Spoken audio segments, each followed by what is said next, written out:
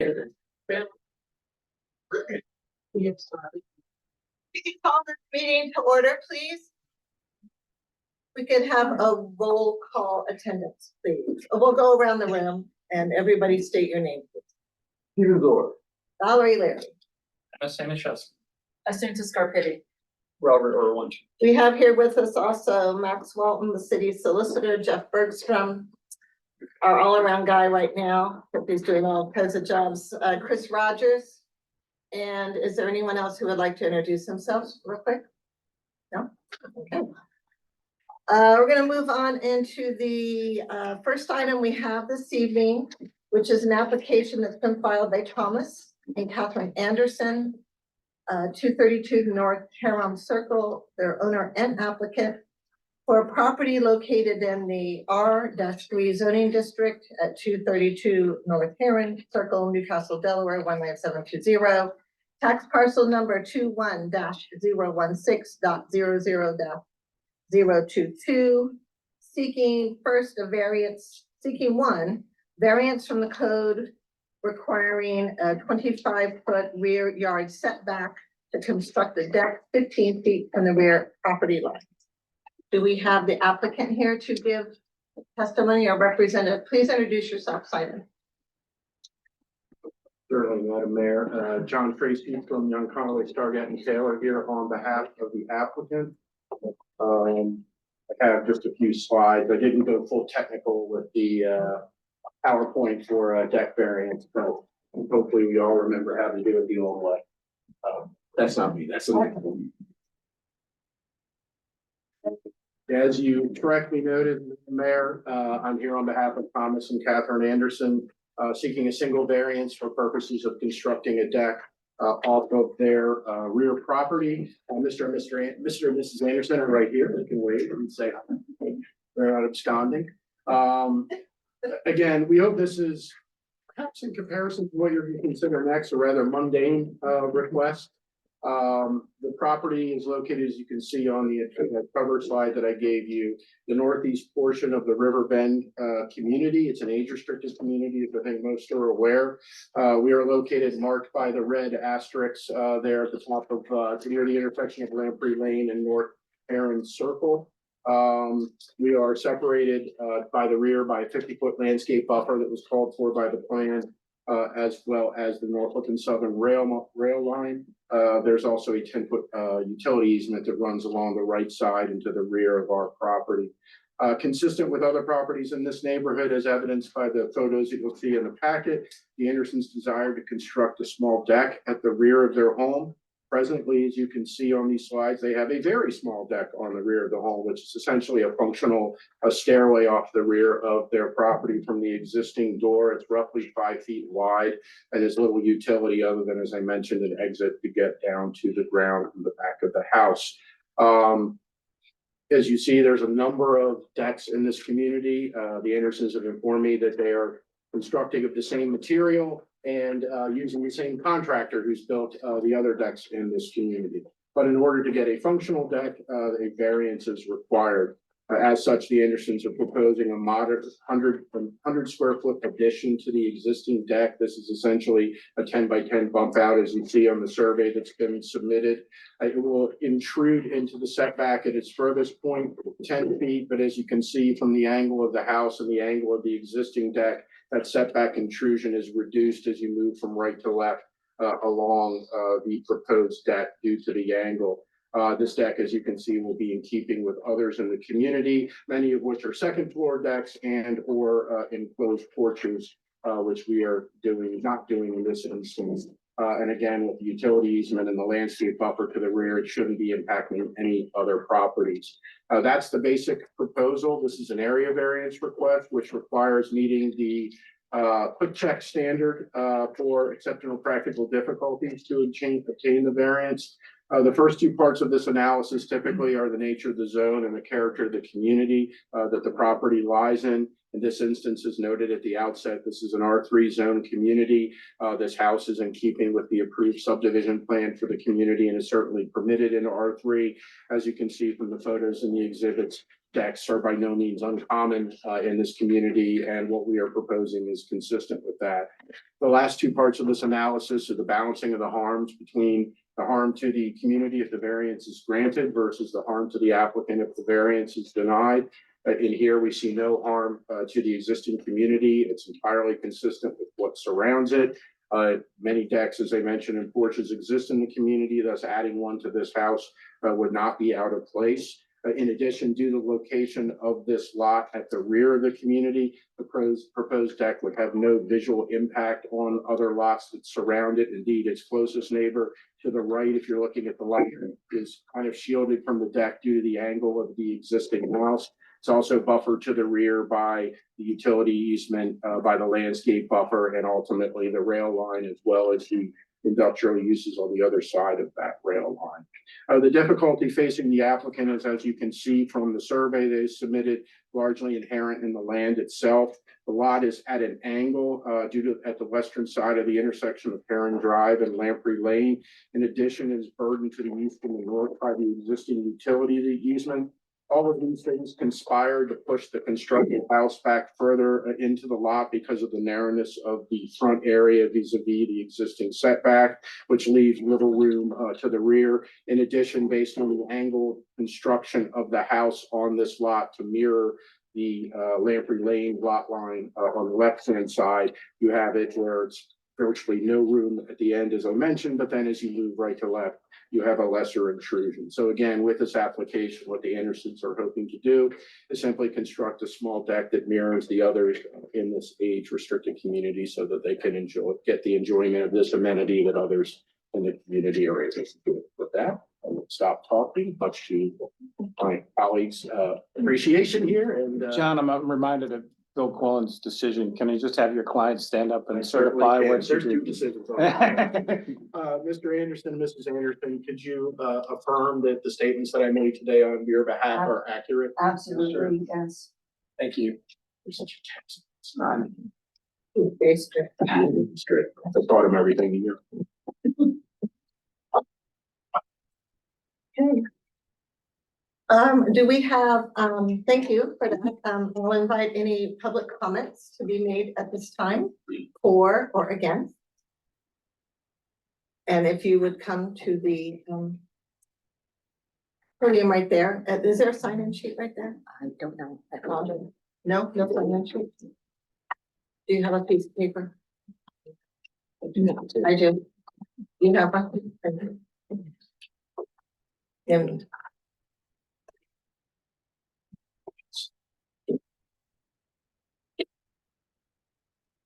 I don't have an extra.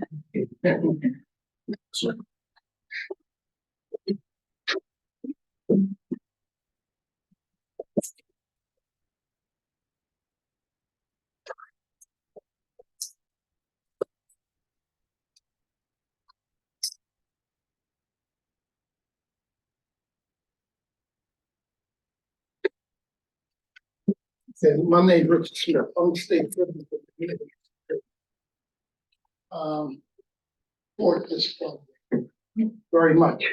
Okay, well, hold on. Which project are you speaking about, sir? The flats. We are not on that one just yet. This is only for the, you are like, oh, really? Yeah, we're just on the deck right now. That is the second. That, We're only on the deck.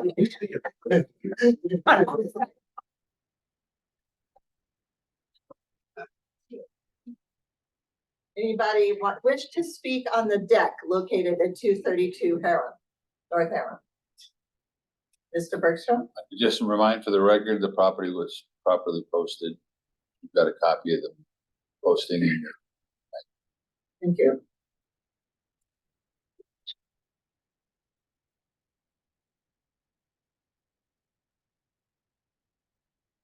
Do we have any comments from Board of Adjustments? Do you have any questions of the applicant? I have no question. Does anyone have any questions of the applicant? Any questions? Any questions? Anything else, John? Not unless you want to postpone we need to postpone the inevitable of Sean Tucker. Let's try to drag this out. So with that, you can close the public comment. So we will close public comment and we will have any discussion.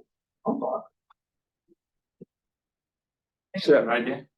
So so we, when you vote, right? You're gonna talk about those factors, right? Yes. Am I right? Okay, got it. Go ahead. Do you want to make the motion? Well, I motion to approve the proposal as is. I second it. And then as part of your motion, do you want to talk about the exceptional? Yes. One is unique conditions of the property land that demonstrate the zone is not reasonable when applied to it. Well, kind of the angle of the property, the way it sits on the lot, makes it a little difficult to maintain the 25-foot setback.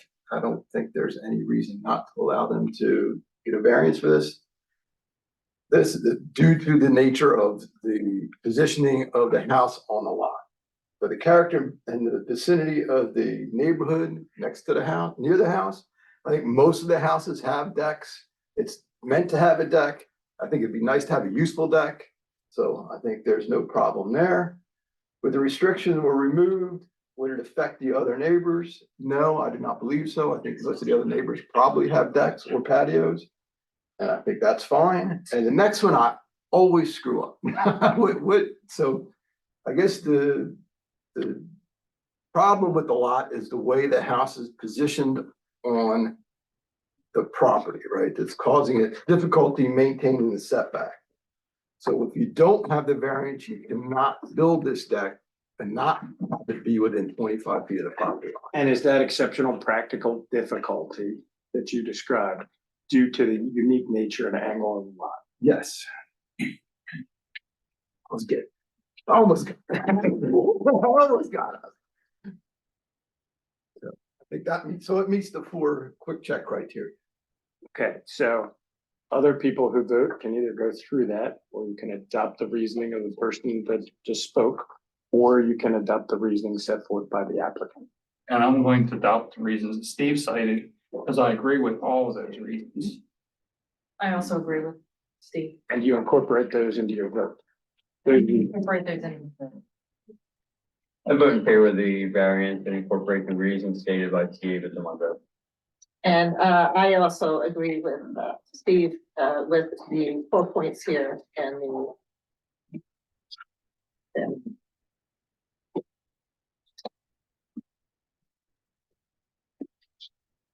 Oh, the happy part here, yeah, sorry, the application has been granted. Thank you so much. Sorry. We do these sometimes so infrequently, we have to get back into the story of it. So thank you so much. Yeah. Thank you. So just so you're aware, Andersons and John, we will send out a written decision. It usually takes me 2 to 3 weeks to get the written decision completed, but I get those out and it'll be signed by the mayor. The decision isn't final until it's filed in the office of the Board of Adjustment, and then then whoever wants to appeal would have 30 days to appeal, and then it's final. But that'll be coming out, and I will send it to Mr. Tracy, and we'll definitely mail it to you as soon as we get it done. Okay? We're grateful to all of you. Thanks, have a good evening. Enjoy the deck. Good.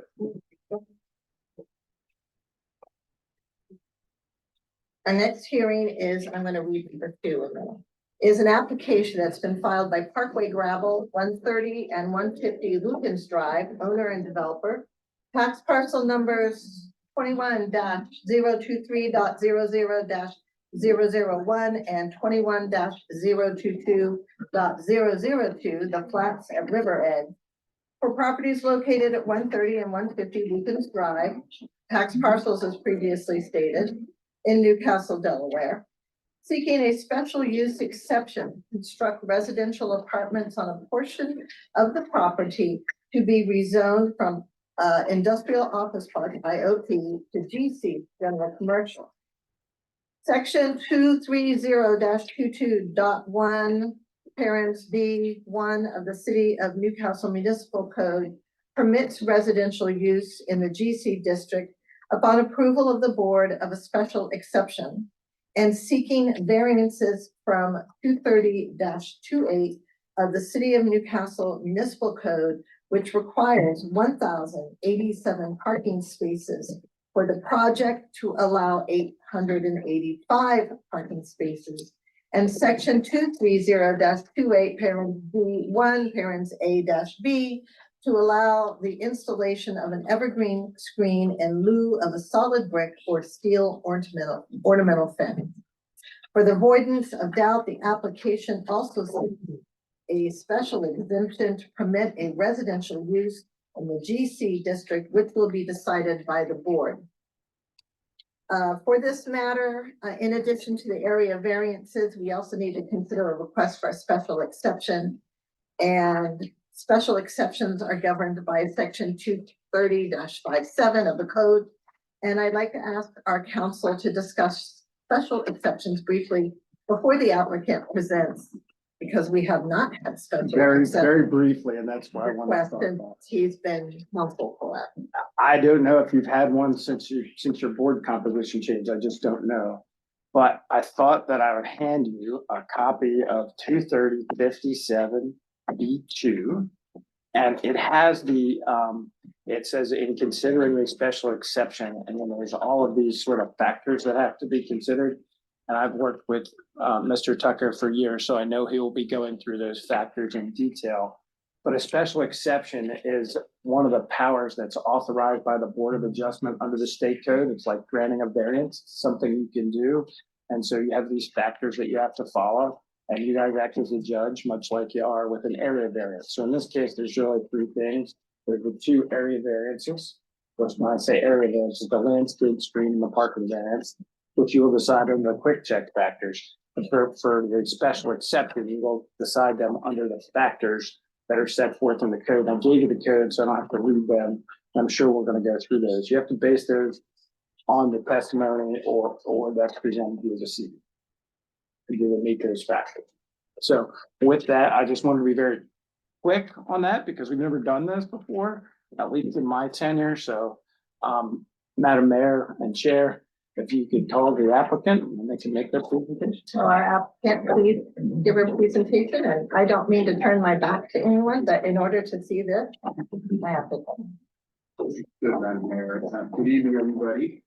My name is Sean Tucker, and I'm a land use attorney here in Delaware, or as my wife likes to call me, a dirt lawyer. And I want to thank you all for coming out tonight on this rainy April evening to consider our client's application. And it is the application of Grego and Frere Incorporated, who is the owner of this site. Here with me this evening, most of whom will probably be testifying, is Nicholas Frere, Ellen Tracy, who is our landscape architect, designs, etc. Seth Shapiro, who's our designer with Barton Partners, Nicole Klein, who is our traffic engineer, and Mike Loftus with CDA, and CDA is our civil engineering firm. I'd like to start by thanking the working group members who've come tonight. We formed a working group of immediate neighbors back 2 years ago. It's been a 2-year effort, and it's been a project that's probably been vetted more, or one of the top 5 since I started practicing in this area 20 years ago, but it's been a very rewarding process. About 2 years ago, we reached out to the community and invited interested neighbors to be part of a volunteer working group. And so we formed that group. And some of those folks are here tonight, so I want to thank you for their service, thank them for their service, and also coming out in this weather to offer some comments that we have been hearing. What I thought I would do, if it's okay, Madam Mayor, is I thought I would walk through the PowerPoint first, broadly, and then offer testimony to drill down into specific areas. And also to drill down on the standards that Mr. Walton referenced, as well as the quick check standards. And we are happy to spend as much time as you would like this evening drilling down into the details. Unfortunately, there are a lot of factors we have to cover in your code. It's not that I talk longer than Mr. Tracy. We just have a lot more ground to cover than Mr. Tracy literally. In fact, if he was presenting, yes, he's left. If he was presenting, I suspect it would take much longer than I. And so with that, if I may, I'll start with the opening slide. Yes, Mayor. This is the same as what's behind me? Yes. Okay, very good. Yes, Although the TV is a much nicer effect. The first slide you see was prepared by Barton Partners, and we've used this slide over the past couple of years. And it is a scaled slide of the proposed project. And what you see in the background and the bridge, that is a real image that has been generated, again, based on scale and Barton's projection of this property. So that's real, that's not make-believe. And this property, as you may know, had previously been zoned for industrial or office park. And council about a year ago changed the zoning to allow this project to proceed. But I think it's really worthy of notation that the owners of Gregor and Ferreira could have done a logistics park here. In fact, I would suggest this would have been a prime location for a logistics park, so close to the interstate. But this view is something that they took great pride in, quite frankly, and they knew this view would have been lost if you had two big buildings and a logistics center there. And a couple of years ago, logistics centers were very hot. That slowed down a little bit, certainly, in the past year. But they really wanted to do something here that was special. They wanted to do some residential and some mixed use, and they forgoed the zoning that existed, which would have been an easier path, quite frankly, and a shorter path, quite frankly, and that logistics center for a mixed use project. And that's really what this image captures, is this mixed use approach. Now, you might wonder, for those of you familiar with the downtown Gateway district, why we didn't approach this with the downtown Gateway. We're not in the downtown. I mean, we're on the fringe of the municipal boundary. And so that didn't fit. But you had tools in your code already. They require a special exception, which is why we're here. But you had the tools to do a mix of uses already.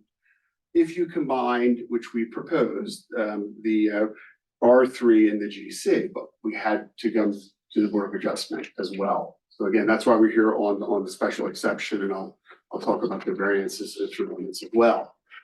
So we found a way to get here a longer path, but I think it was really our only option, at least in the code at the time, to fulfill this vision that my client had of this property in a mixed use. So drilling down into the specifics of the plan, you see a breakout of those uses and the square footages. And just to summarize, those for you in the R3, which is the residential portion that was rezoned about a year ago by council. My client is proposing 46 single-family homes. They're on the far right of the image. In addition, 26 twins, and they appear in the mustard or the light mustard color. And then the towns, which is a darker mustard color, 107 are proposed. In the GC, we are proposing the apartments at 272 for a total of 451 units through a combination of two zoning districts.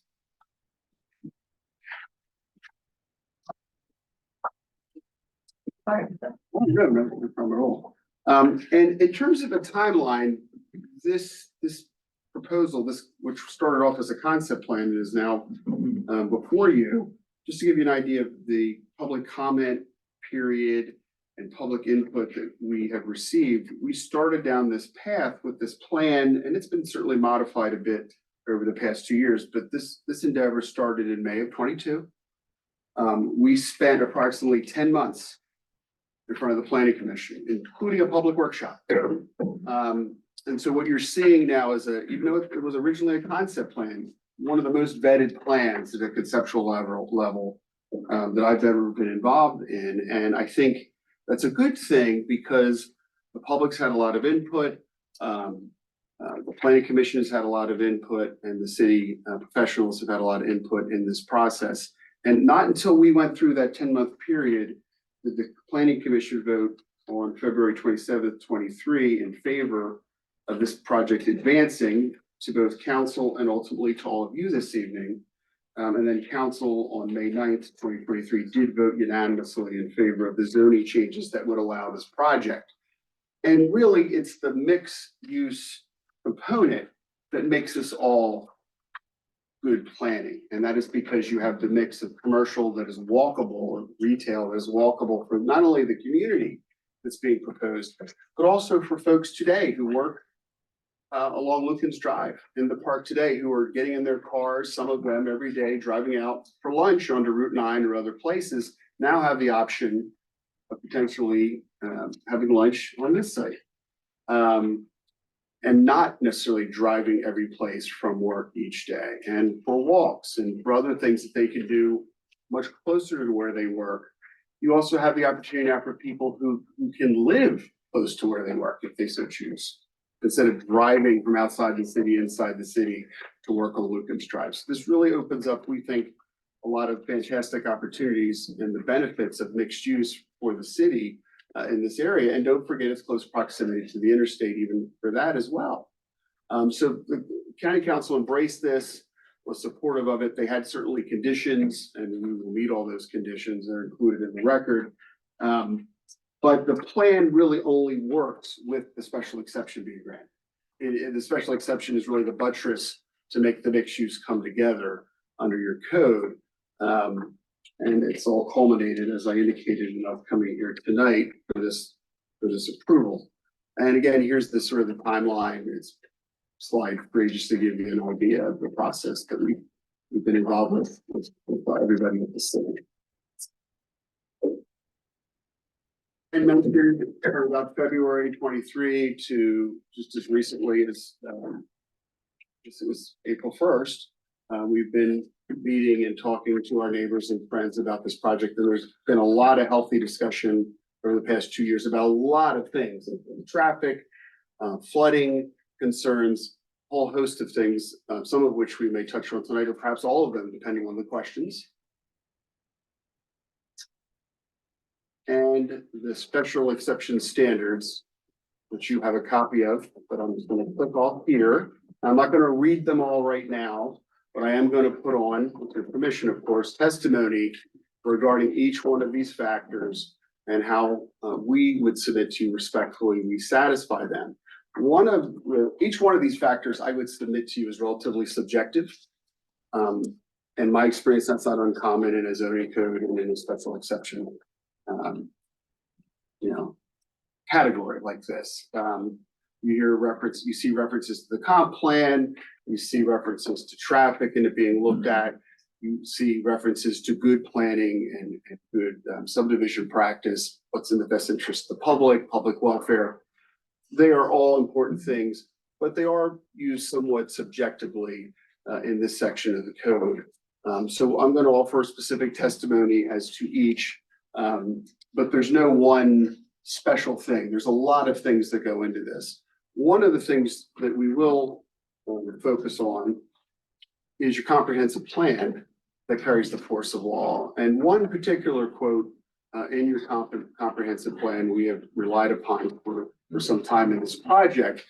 And it was a recognition by the city that mixed use can be beneficial and should be encouraged. And you see a very thoughtful passage that was not sure who the author was, but the city did adopt this, but clearly had thought about different areas in the city today and recognized that sometimes having separate uses isolated from other uses in standalone zoning districts is not always ideal. And in fact, a mix of uses, can be very ideal and should be encouraged in certain circumstances. And that's certainly what we've tried to do here with public input and comment. As I indicated, the rezoning was successful. That would enable this project. And of course, City Council did see the same concept plan that you saw and did see the same renderings that you saw at the beginning of the hearing before they voted. One of the things they relied upon and is relevant for tonight, certainly under the special exception, given its broad reach and scope, is how this property is characterized in your comp plan, which was updated as part of the rezoning process. Now, while it physically hasn't happened, it was updated, and certainly at some point, the city, I'm sure will physically do that to the plan. We manually did it in a slide, but we followed exactly what the city council approved. This first slide, though, is the level 1, level 2 investment area designations that make up part of your comp plan. And as you can see, this property is located almost entirely within a level 1 area, at least the areas were proposed for development. And partially in a level 2. Those are areas, as you may know, that are earmarked for public infrastructure investment and are recognized as areas that are intended to grow or redevelop. So it probably should not come as a surprise that city council supported this rezoning being consistent with the comp plan and the level 1, level 2 investment areas that are part of your comp plan and established by state law. This next slide gives you sort of a bird's eye view of this area of the city. And you see that large R3 and OC area. And that is the area of this proposal. We have manually put in those changes. Again, the city has not yet manually updated the comp plan, but we wanted to give you a visual showing this property and its size and scale. Large portion of which, of course, is being preserved, as you can tell from the plan. But this is how your comp plan will look when updated consistently, consistent with the rezoning that was approved last year by City Council. Just to give you an idea of what's around us today, inside and outside the city. That yellow line represents the municipal border or boundary. And as you can see to the north, and to the west, you see a variety of uses in Newcastle County. NC5 stands for 5,000 square foot minimum lot sizes. You see I for industrial, you see HI for heavy industrial, and you also see some commercial, that red at the top left. So there's really already a mix of uses in this area today that have developed over many decades. And then when you come south inside the city, you can see the existing office park and Lukens Drive, and also the school that is immediately to our south, the Charter School of Newcastle. That is another example of a mixed use type within this park. And those folks who we reached out to probably almost 2 years ago are very supportive of this project and have written a letter in support. What a wonderful opportunity for a residential community for young children who want to go to the charter school and accepted at the charter school to be able to walk to school. I can remember, I turned 57 on March 31st, just the other day, and I can remember when I grew up in Richardson Park, I used to be able to walk to Richardson Park grade school growing up. And of course, after busing, that changed for a lot of folks, and busing certainly was a good thing that served a very important purpose. But one of the things it did do is change feeder patterns, and a lot of that being able to walk to school changed for a lot of people. And this is an opportunity, I think, a rare opportunity for this walkability between the school and a brand new community. And the school, as you might imagine, when confronted with a logistics center and tractor trailers coming in and out versus a predominantly residential project with some modest retail, it didn't come to a surprise to us that they certainly embraced this option as more desirable. You also hear tonight from our traffic engineer that the traffic produced by this mixed use will be approximately half of what it would have been had it been developed as a logistics center as permitted under the prior zoning. And here's a letter from the charter school. Also, one of the factors, as you probably have noticed under special exception criteria, is what's in the best interest of the city, the community, the public benefit. One of the things we took a look at, and this is approximate, but we looked at similar ratables in the city and came up with an approximate, I emphasize approximate, estimated tax and fee revenue count for the city and for other levels of government that are involved in the development process. And so for the city of Newcastle, we estimated $264,000 approximately. This was estimated taxes and impact fees. Newcastle County, approximately $73,000. This would generate annually. Crossing Guard, vocational school, and Colonial School District. So there is certainly a revenue generating component to any new project, and this is no exception.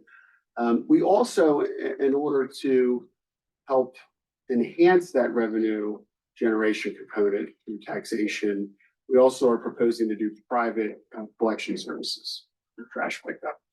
So that the city would not be burdened by that expense. So we wanted to be creative and thoughtful in that regard as well. Again, the big box logistics, we wanted to do a quick comparison of why we think the mixed use approach here would have been is superior to that prior alternative approach.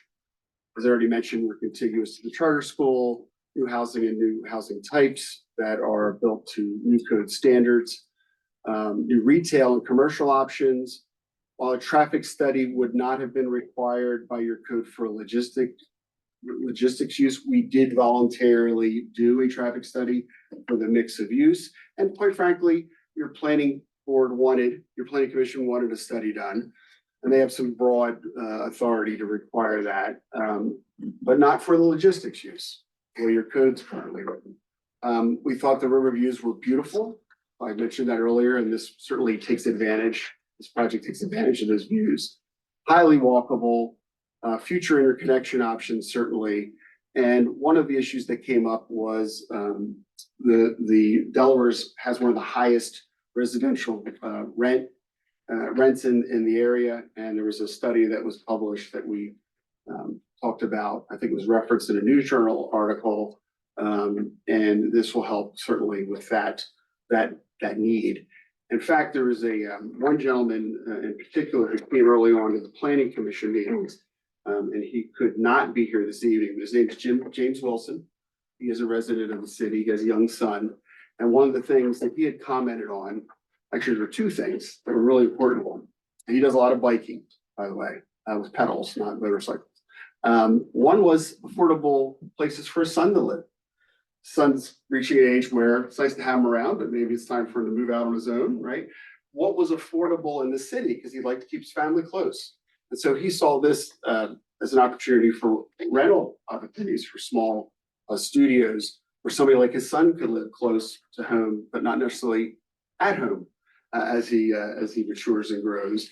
The other thing that he took note of and was pretty passionate about was he did not like all the blacktop. He pointed out that often, this will get into the variance component of our presentation this evening, that often sites are heavily overparked based on older zoning code standards, and that we really should try to reduce parking, in his opinion, and provide more green space. So we also took that into account. I think he attended at least 3 meetings and emphasized those two things. We could not reach him to come tonight, unfortunately, or I know he would be here, but we did effort that over the past couple of weeks, and we couldn't reach him. But he did lead in part to the one variance received this evening regarding the parking.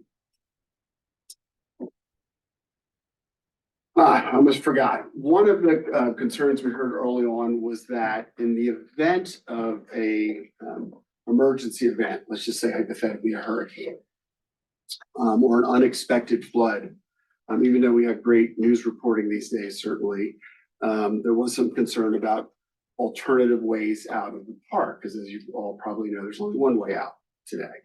And there is a gate at the entrance to Buttonwood.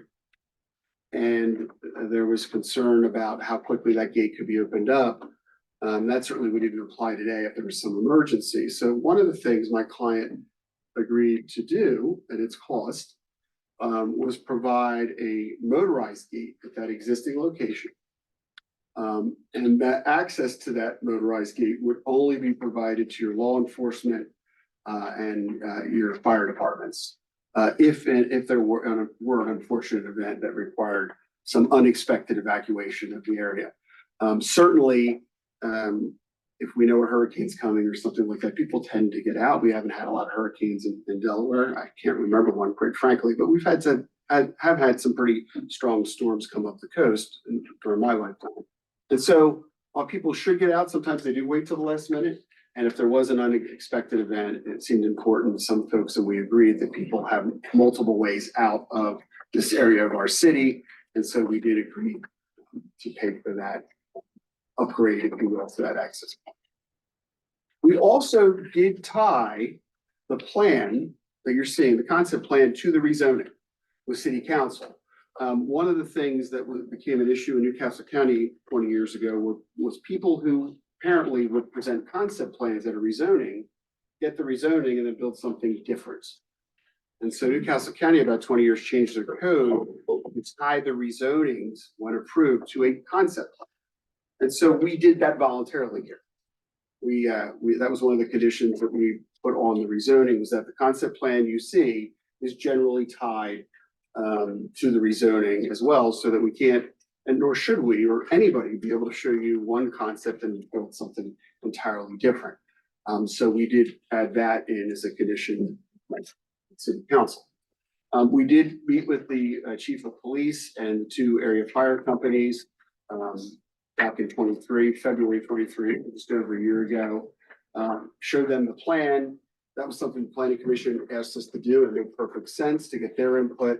The only concern over the site for law enforcement was that we were encouraged to have somebody monitor the site during construction to avoid theft. And so we certainly have agreed to do that. You know, some type of security could be cameras. It could be somebody stationed there during construction to try to keep theft of wood and other materials to an absolute minimum. And I'm just trying to think where I was recently, where I saw I know where it was. It's by Wilmington College. Wilmington College is doing another expansion on 202. And if you drive along Route 100 and come up behind Wilmington College, you'll see there's a stand with a big blue light spinning and like 4 cameras. And what that device is currently doing is recording the activity on the site. So if anybody were to steal any materials, it would be documented and reported. And of course, it lets anybody know who's thinking about it that something's up. And so we would anticipate something similar to that. In terms of fire, no concerns. They have apparatus that can handle these types of development. And that's all documented in our contact with the part 2 fire companies. I mentioned the traffic impact study. That was, again, not required by your code, but with the way we did it, and Nicole Klein's here to talk about that a little bit and answer any questions you may have, is we followed DelDOT standards. Because DelDOT did not require it, what we did is we hired a second engineer with Century. His name is Drew Boyce, for some of you that may remember Drew from when he worked at DelDOT. He'd been there for decades before he left and went in with Century Engineering. He actually did a peer review of Nicole's work, and there was a list of some things that were recommended that would have been triggered had DelDOT done the review, and so we agreed to do those, and I'll let Nicole talk about what they are. The area does function surprisingly well today.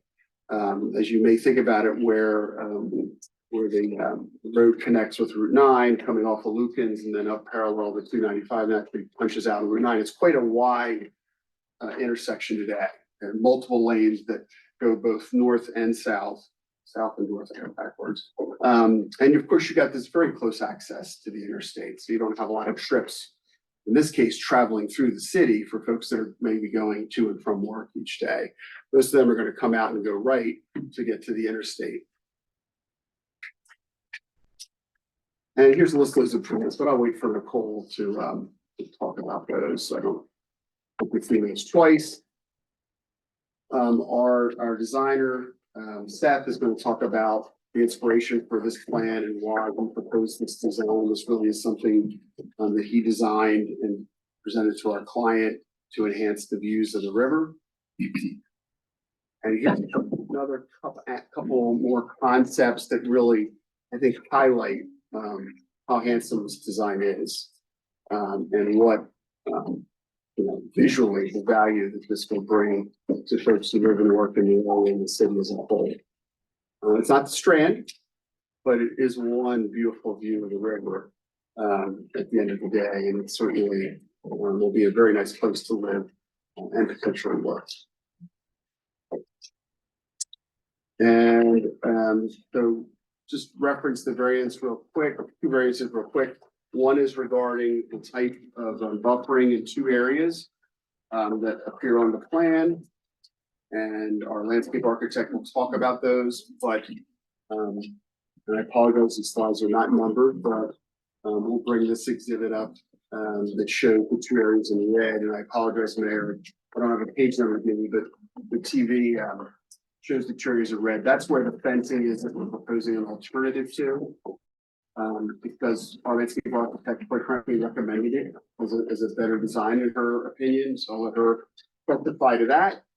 It's a relatively small area, but it's important. And design of the site is important to all of us, and we want to enhance that. Page 27. Oh, thank you. Just covered up by that. Oh, that little, okay. Because I thought there were numbering, I'm looking up there and I can't see it. Yes, 27, thank you, Mr. Wall.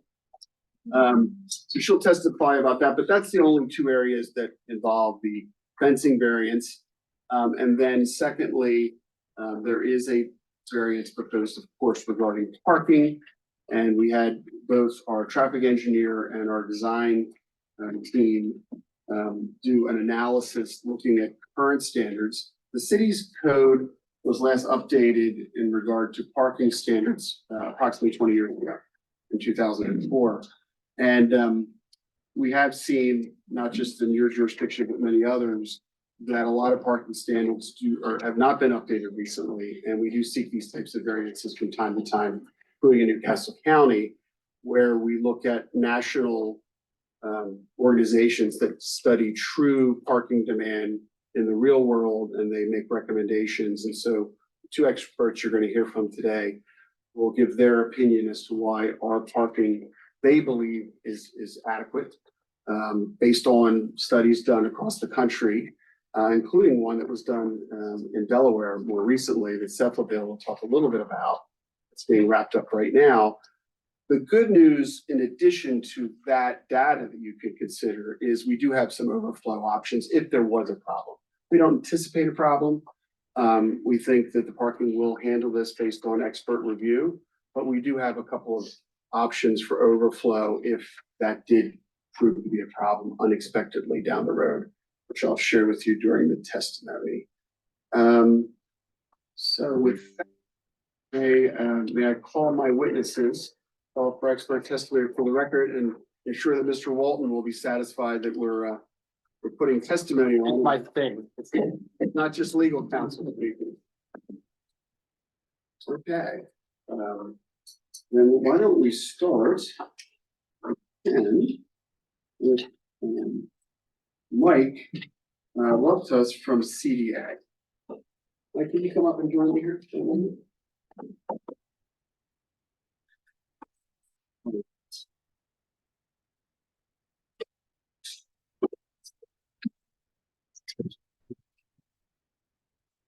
So Mike, could you state your full name for the record and who you work for and what you do? Sure, Michael Loftus. I work for CDA Engineering and I'm one of the lead designers there. And Mike, how long have you been involved with this particular project? I've been on this project for about 2 years, designing on this one, about 2 years or so. Okay, and can you give us a brief overview of the acreage? I've got a little sheet here, it's got that broken out, you probably have it memorized, but I have about 168 acres in total. Is that Correct, the clear? entire parcel, yes. Okay, and approximately 149 in total green space, does that sound right? Yes, yes, that'll be left remaining green and open. Okay, and for the retail component, I'm hoping this pointer work here. I've got a strong one here. This is a little bit better, but it's still a weak light on the screen. I really can't see it from here, unfortunately. We can see Can you it. see it? Yeah. I'm gonna walk a little closer if that's okay. So I can see it. No. There we go. Okay, now I can see it.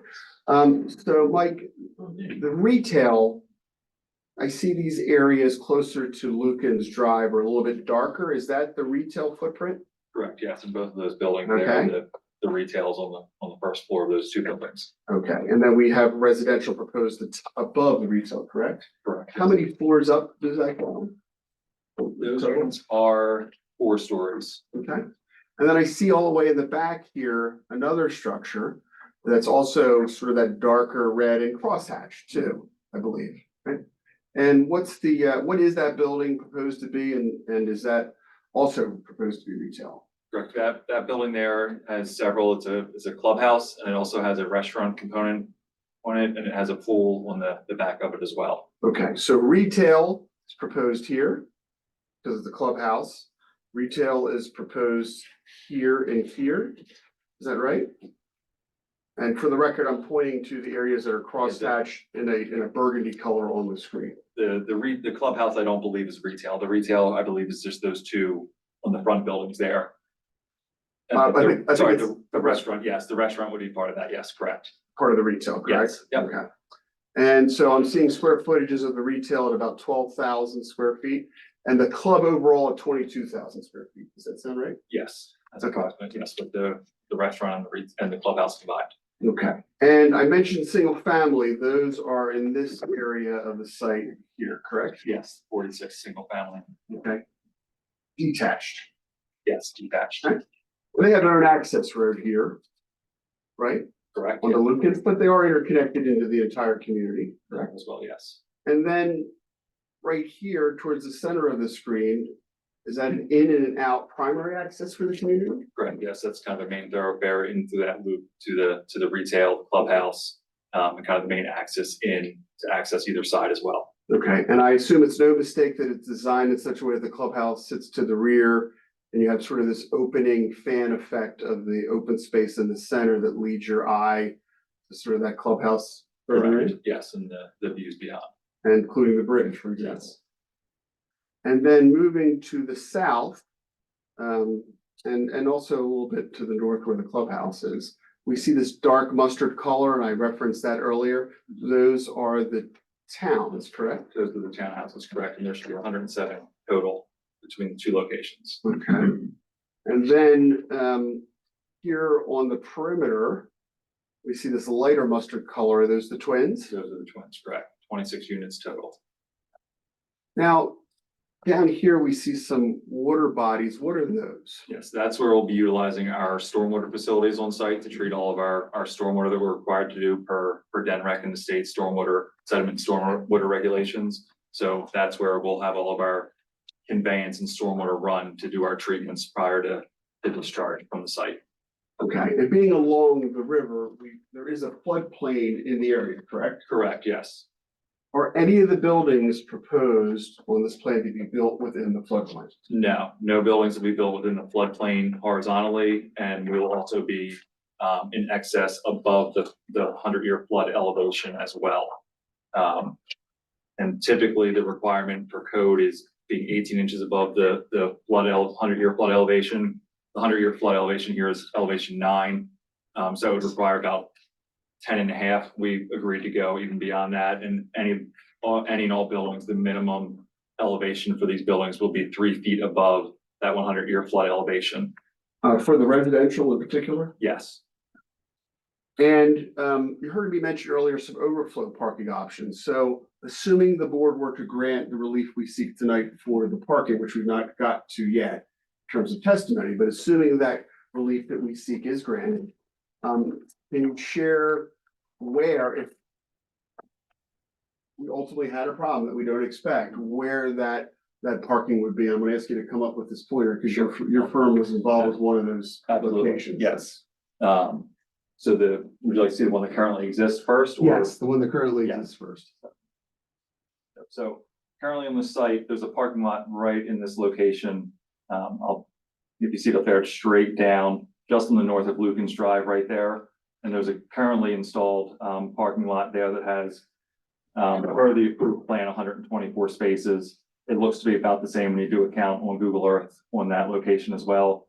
And there were no indications in searching through recorded documents or anything else that those parking spaces are linked to any parcel or any previously built project. So there's approximately 124 additional parking spaces that could be utilized there as needed, and they're owned, that parcel is owned by the owner of our parcel as well. Then your firm prepared the plan that allows Yes. parking spots to be So built. where is this overview? I'm sorry, because No, I'm we- not no, seeing no, the thing. So this would be only in an unexpected situation, but there is a parking field here with about 120 spots that exist today. The overview. So, again, not expected to ever be needed. Oh, yo. My apologies. That's okay. But we do have, like if there was some big event that was not anticipated but happened, maybe a wedding or something, and there was some, overwhelming, attendance. There are opportunities to park elsewhere by property controlled by the same owner, correct? Yes. And then on site, is there another opportunity? We talked earlier about wanting to preserve green. Correct. Is there another opportunity on this property to do some additional parking if we absolutely needed to? Yes. Can you Yes. point to that as well, please? Absolutely. I'll start on the bottom of the screen and below the screen and work out, but you go right up through here, basically you go between the two stormwater facilities. There's a portion of grass lawn area right here. This area, you can kind of see a dashed green line. That's the existing 100-year floodplain location. So if we put parking location in here, again, not ideal because now you'll have parking that you'll see, looking at the back townhouses and everything, but you could fit approximately 169, 170 spaces using the standard parking and the standard spacing and dimensioning for spots there as well. So you'd be able to pick up a couple extra, again, just at the expense of, 1 or 2 extra acres of impervious on site. And we'd have to come back to the city and address landscaping, correct? Yes, there'd definitely be landscaping requirements, and then you'd have to go above and beyond in additional stormwater requirements. That would also then discharge to the same facilities, assuming there's capacity there, but to treat for that extra impervious and especially water quality that we'd be impacting those facilities there.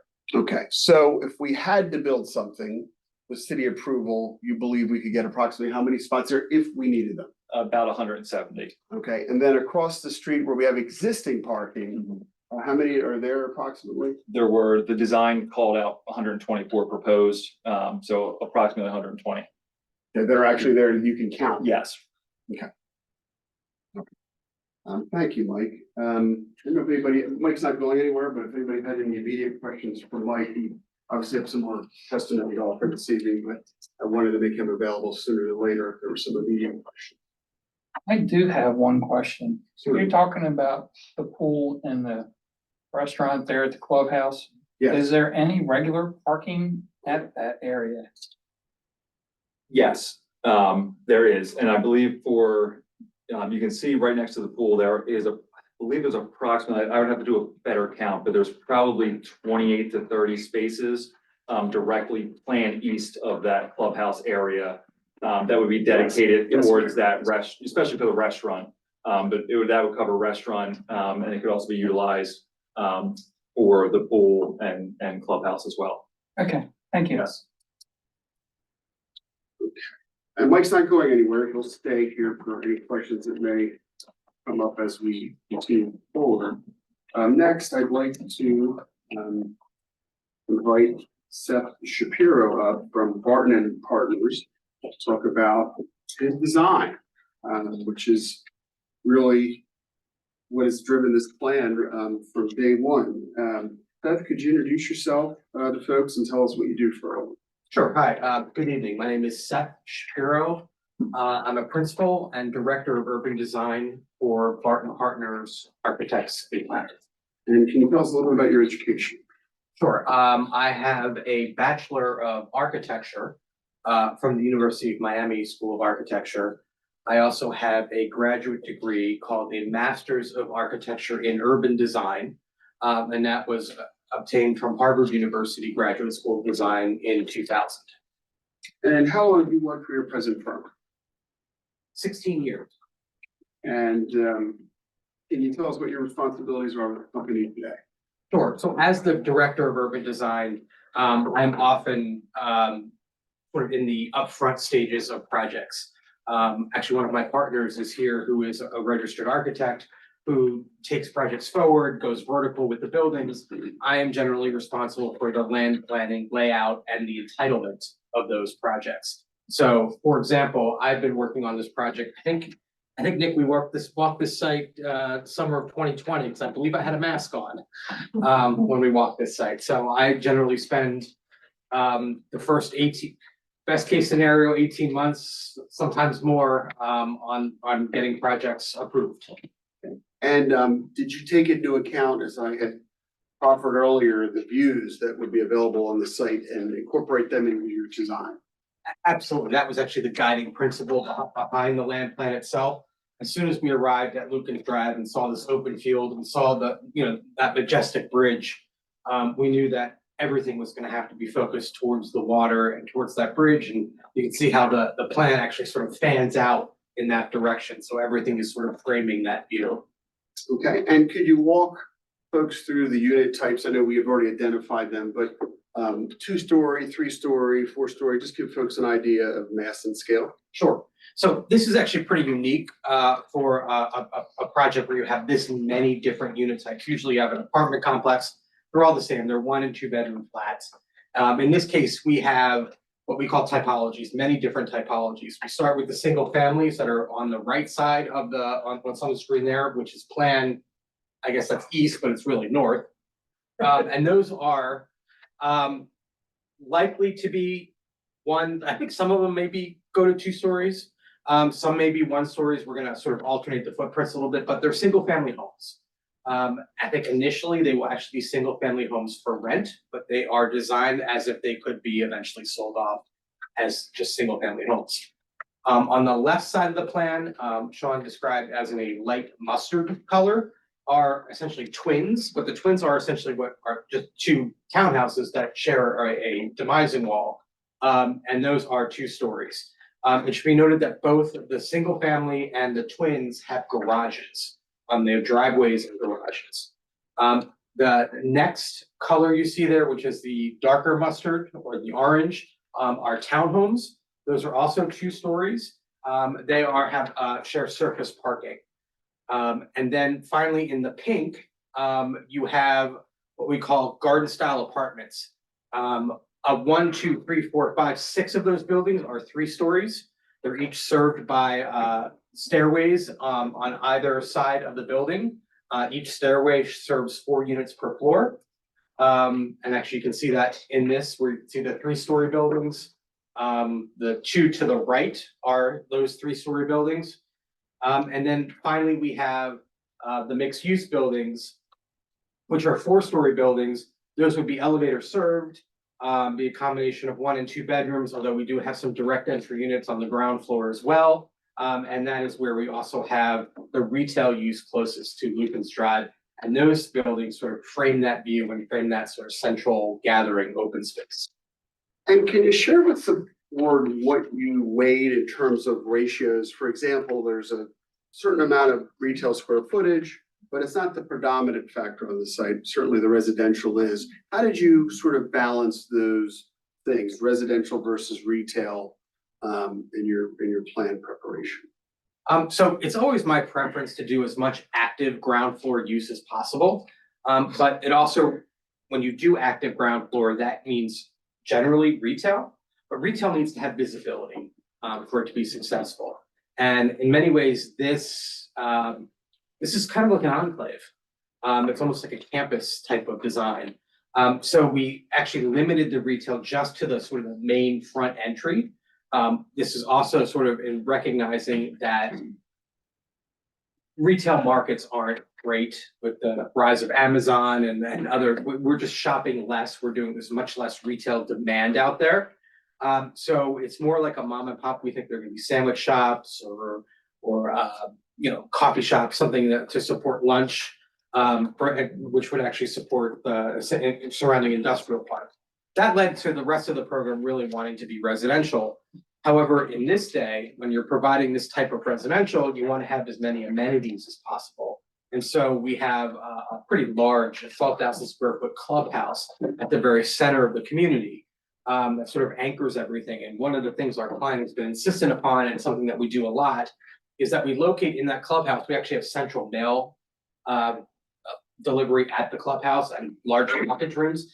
That way, people actually meet each other. They come and pick up their mail. There's a club room in there. There's lots of different, there's a gym in there. And it's really a place for sort of social gathering. So with that, we've created this sort of, for lack of a better term, diverse neighborhood on the waterfront. And Seth, I just put up another slide that I think helps emphasize the location of the retail, correct? Yes, the retail is at the corner of those two buildings beneath the sort of the blue color. And you can see we even, in this render, we put some outdoor tables and chairs. It's sort of that kind of, most retail that we do in our mixed use projects, my firm is actually responsible for the Concord. We did that with the Buccini Polling Group. Off of 202. Off of 202 and Silverside Drive. It's food. It's all retail, it's food, which actually makes designing the building a little bit more difficult than if it was just standard retail.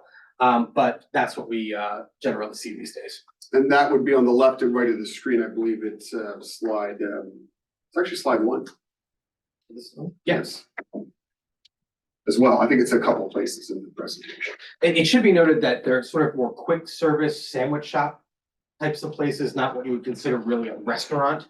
It doesn't actually have the kind of parking demand that a restaurant has. We are showing a restaurant in the clubhouse that will have that kind of parking demand. So we are sort of differentiating. And I can't help but notice a lot of sidewalks here. I assume that's intentional. Can you explain why? So we are, as the director of urban design, and people say urban, this is not urban, it's not the city. Well, urban is sort of any improved plan. I am hell-bent on creating pedestrian friendly environments. And that is providing as much connectivity and sidewalks as possible. And not only are there sidewalks, but they have to be comfortable sidewalks. We've all seen a 4-lane highway with a curb and a sidewalk and no one walking on that sidewalk because it doesn't feel good to walk on that sidewalk. Our sidewalks are set back and except when there's sort of plaza spaces in front of retail, but they're set back with verges, with trees in them that separate them from the moving traffic, although there's gonna be traffic inside this, from the streets themselves. We really are about creating that open space framework where the internal streets are part of that framework. And that means sidewalks and connectivity. And is the center island, I'll call it the center island, is that an effort to minimize what some folks call the sort of sea of parking when you drive by a commercial center or an apartment complex? Is that designed to make this more open space and invite people in to enjoy it? It is. It's also about framing that view, right? You'll see that when you go back to the plan, you'll see that we do have parking lots, but they're sort of inside the block. The buildings frame the outsides of the blocks so that the buildings frame the spaces of the streets. The differentiation between a street and a parking lot. It's not something you see a lot today, especially in Delaware in multifamily communities. What you see is a parking lot with a building in it, and it's called an apartment community. Not interested in that. We are trying to create something like a small town. And so, for example, you could have proposed, I would assume, parking into that island, but you struck a balance. Could you talk a little bit about that? That's correct. And you'll notice that we have a special paving color on that area here. This is the main point of egress and access for vehicles, but it is for pedestrians as well. So we wanted to create what we would call a shared space, where someone would be just as comfortable walking in the street maybe than as well as on the sidewalk. But we also didn't want to overload it with cars. One of the ways of making it feel more like a street and not a parking lot, you can do angles, you can do parallels. And that's what we chose to do here as opposed to what you would typically see, which is just hidden parking on each side of the drive aisle. Thank you. And so now digging in a little bit to the standards more directly in the code. Seth, can you tell us, in your opinion, are the proposed residential and commercial uses design, is it suitable for the property? Oh, I think they're absolutely, I think actually it's a part, this part of Newcastle is sort of screaming for a little bit. You already have the industrial park, you have a job center. And what so many people are finding with these job centers is that they're having trouble getting people coming in, there's that remote work. The commute is what is killing us. And to provide residential uses close to those jobs, I think is a real winner. Okay, and in your opinion, is the proposed use consistent with the current zoning and comp plan as just recently amended by city council about a year ago? It absolutely is. And in your opinion, will the subdivision substantially injure or detract from the use of the neighboring properties or the character of the neighborhood? No, in fact, it will enhance it. And in your opinion, will the proposed subdivision serve the best interests of the city and benefit the public welfare? It will. And can you explain how your design was guided by sound standards, of subdivision and land development? Well, so as we talked about before, we could have done a conventional multifamily community here with parking lots and buildings plotted in them, but we wanted to take advantage of this site's unique place in Delaware, in Newcastle County, in the city of Newcastle, with its waterfront access, with those views towards the water. And we wanted to create as much open space within that as possible. It's a very sort of outdoor oriented community. And that was just my effort to check the boxes as board understands. I know those are very poignant questions, but I'm using the language, of course, in your code, and I wanted to offer specific testimony for legal compliance purposes as to each one of these points. If I can, let me segue just briefly outside of the special exception silo, why have you talk about the parking variance for a moment, because you prepared one of two expert reports, correct? Sure. Yes. Okay. And I have on the screen, and I'll tell you what number it is here in a moment. Unfortunately, that little red box blocks the picture. Next time we come here, we'll make sure we put the number in someplace else. Upper right. I think that is number 29. Number 29, yes. For everybody's ease of reference. Yeah, I see partners is referenced on the left with a sort of a Excel sheet, but can you tell the board what you did to analyze the parking demand for this site and why you believe, in your opinion, if we strictly adhere to the code, the site would be overparked or put another way, have parking that is really unnecessary from a planning standpoint? Sure. So our firm, Bart Partners, we're regional experts in mixed use and multifamily development. In fact, it's pretty much all that we do. And we have been sort of riding the multifamily boom for the past 15 years. And what we have discovered is that most ordinances haven't caught up with contemporary sort of living standards, practices, demographics, and the way people live in these communities. Most residential parking codes treat multifamily the same as they would a single family home. I've even seen some ordinances that actually treat multifamily and require even more parking per unit than single family homes. That doesn't make any sense. It used to be that people thought as multifamily or as apartments that you're building 3-bedroom apartments. Well, we don't do that anymore. We build studios, 1-bedrooms and 2-bedroom apartments. And what we have found is that the demand for those apartments, the parking demand for those apartments is well below what most municipal codes actually show. And as you know, a parking space is pavement. It requires impervious surface. The last thing we want to do is pave over this waterfront location. So we are very careful with how much parking we are providing. We are probably, to be honest, probably providing just a little bit too much on this site than it will need, but we wanted to be as safe as possible. And we also have those overflow opportunities. I can keep going. Well, if you could, the code requires 1,087 rent strictly, right? Correct. And the code does not specifically address a mix of use situation like this, correct? No, the code does not. And also the code does not also recognize how sort of contemporary multifamily communities operate.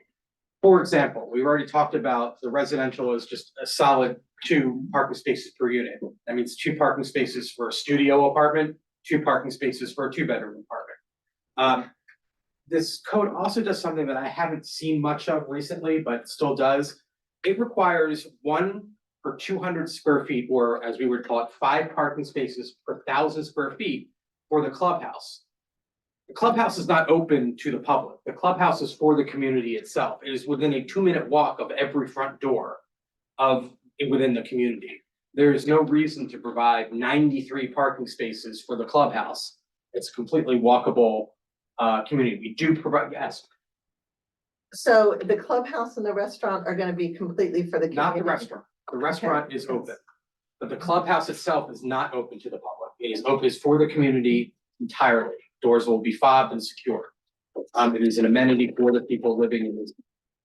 And if I could just interrupt you 1 second there, one quick question. So you say a 2-minute walk for just about everybody who would live there. You really don't want to encourage those people to drive. No, it would make me Clubhouse very too. sad if someone, it would make me very sad if someone got in their car within this community and drove to the clubhouse. Unless there was like, it was pouring rain and there was a very important package that they had to pick up. Which is, Oh my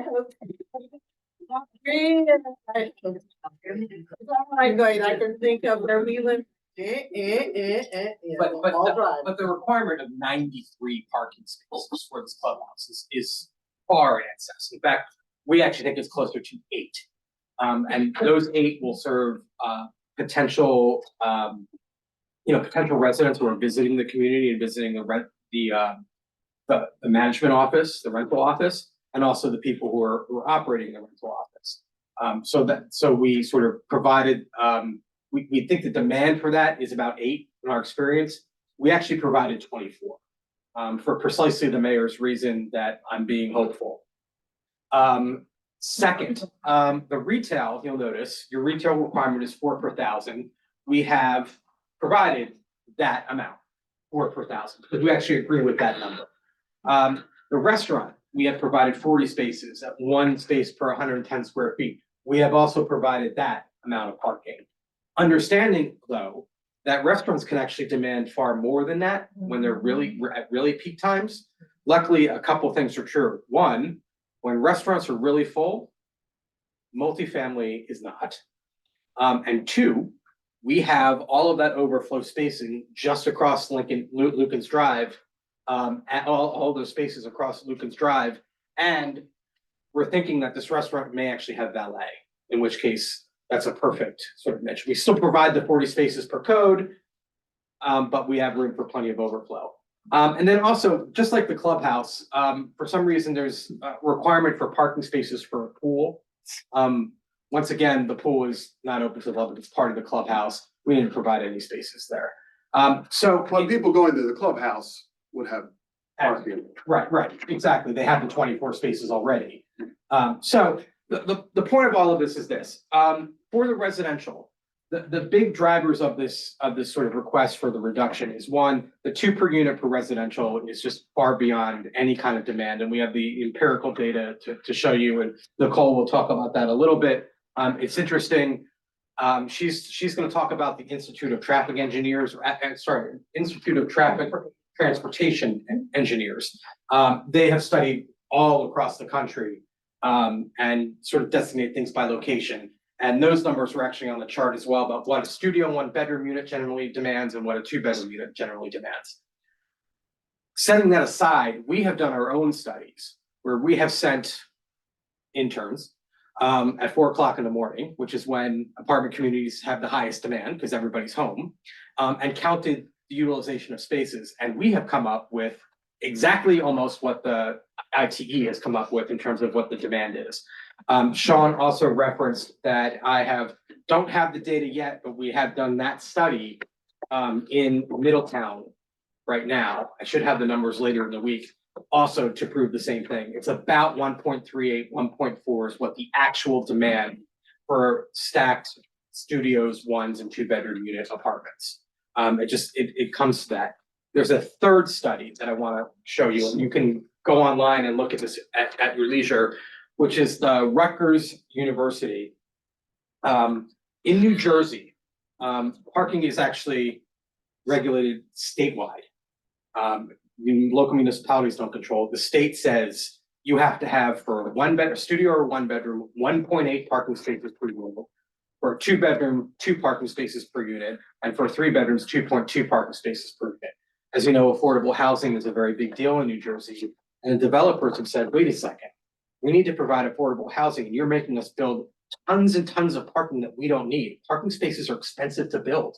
If a surface parking space is $3,000 or $4,000 to build, a structured space is $20,000, underground $50,000. How can we provide housing if you're making us provide all of this pavement, all of this parking that we don't need? So they studied all of the multifamily communities in New Jersey, and guess what they found? 1.4. It's amazing. So what we did for this community is we went cautious. For the townhomes, the twins, and the singles, we went with 2. We have the space, we have a garage, we're counting the garage, we went with 2 parking spaces, no problem. For the rest of the multifamily, what's in the GC district, where we have stack flats and the garden style apartments, we said, you know what? We'll do 1.5. Make it 1.5. Even though we know the demand is lower, even though the 2 is probably high for the other ones, and we have the overflow, we'll do 1.5. So that's what we use to get our parking demand at 877 spaces. 2 for the townhomes and the twins, and 1.5 for the flats. All in all, those, along with what we provided, what we think the demand for the clubhouse is, using the code for retail, for restaurant, we get 877 spaces as demand. We're actually providing 897. Now, that's not what we're asking the variance for. We're asking the variance for, I think, 885. That is correct. You look at, well, a little bit more, the parking demand conclusion on the left side of the screen is 877 spaces. Right. And the, We're providing 897, but our variance request is for 877. I'm sorry, yeah, so, sorry, it's 897 is the variance request.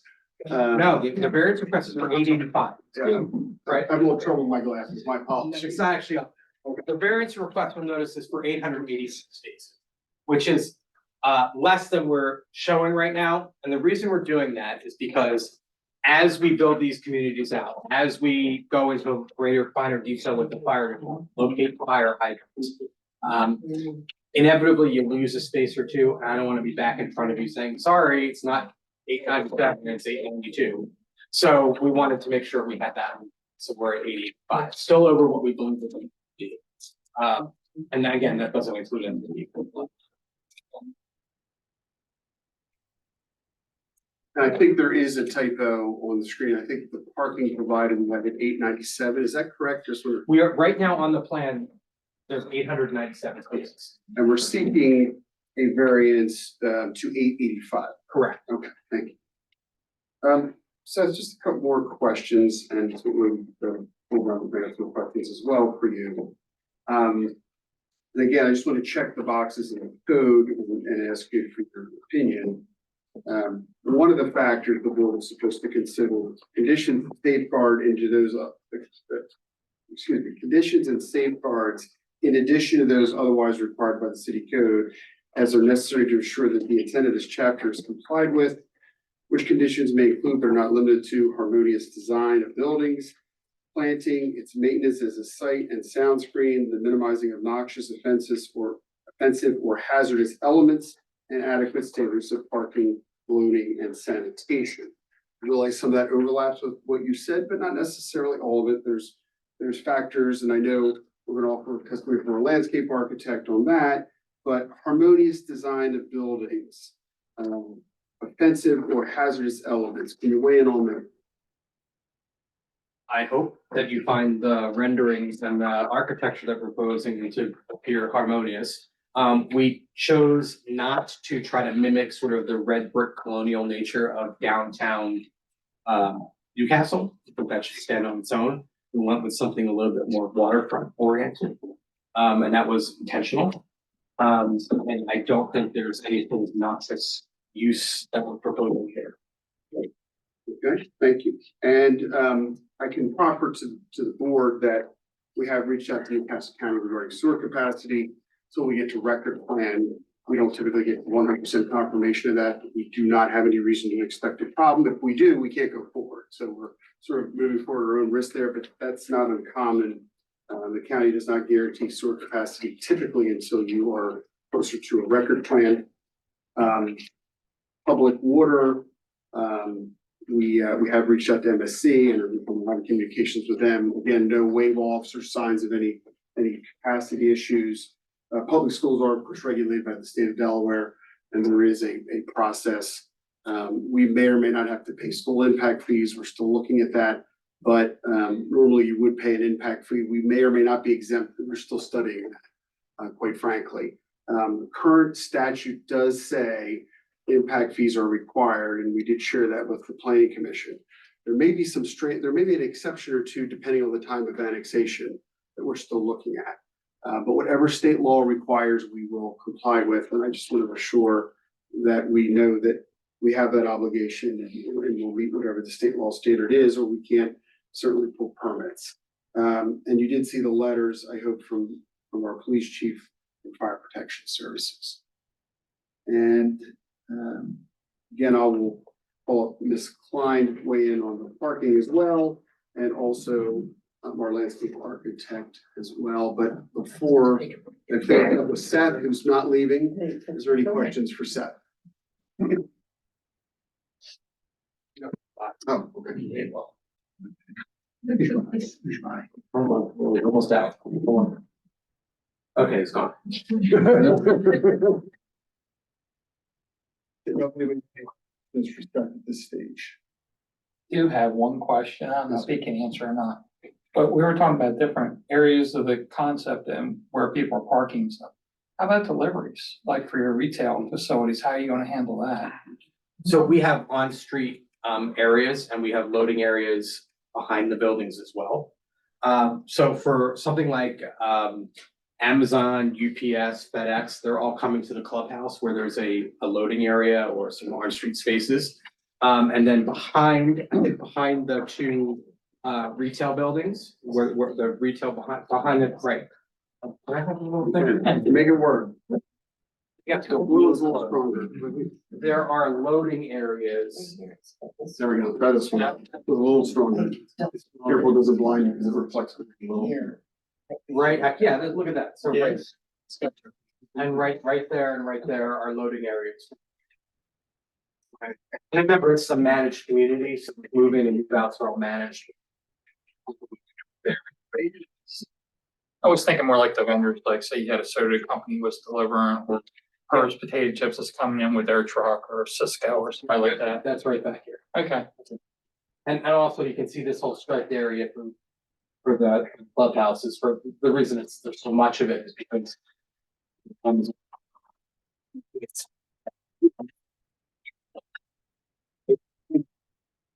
not a point of contention. My soul. Okay, with that, I will call two more witnesses. Try to keep the train moving here on time for everybody. Hopefully I'm close. And I'll call Nicole Klein next, and she also did an analysis here, and she can provide us an overview of her traffic analysis. And what it, Nicole, could you state your full name for the record? You work in a licensed. Zach. Yeah.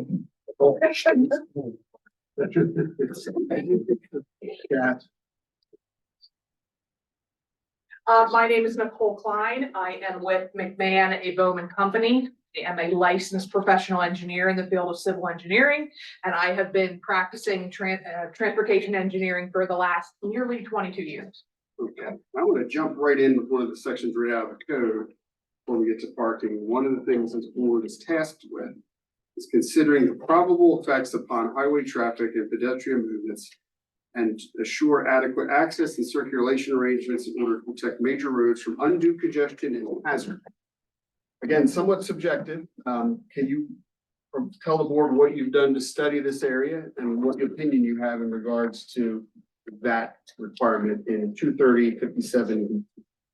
Yes, so I think the most significant aspect of our study is the traffic impact study that was mentioned. It's, not, required by DelDOT. They have no jurisdiction over this property, due to the ownership of Lucan's Drive. But it was brought up through the planning commission meetings, and certainly, there are always questions from the public with regard to traffic, when considering these types of developments. So we did complete a traffic impact study that evaluated the site accesses as well as the main entrance to the park at Lucan's Drive and Cherry Lane. And then we also looked at a number of intersections along the Route 9 corridor so that we could evaluate the traffic operating conditions, where this traffic will be, traveling along the public roadways. And although it wasn't required by DelDOT has very detailed standards and methodologies for the completion of traffic impact studies. And so we followed those standards.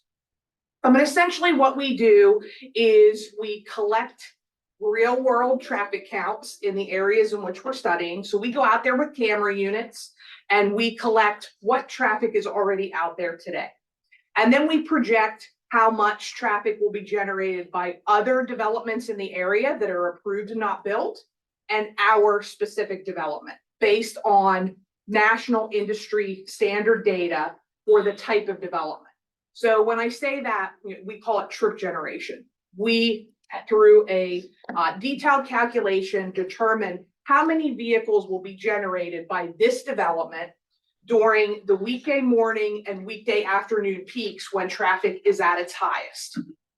And we do have a slide that gives a little summary of this and shows our study area as I'm describing it.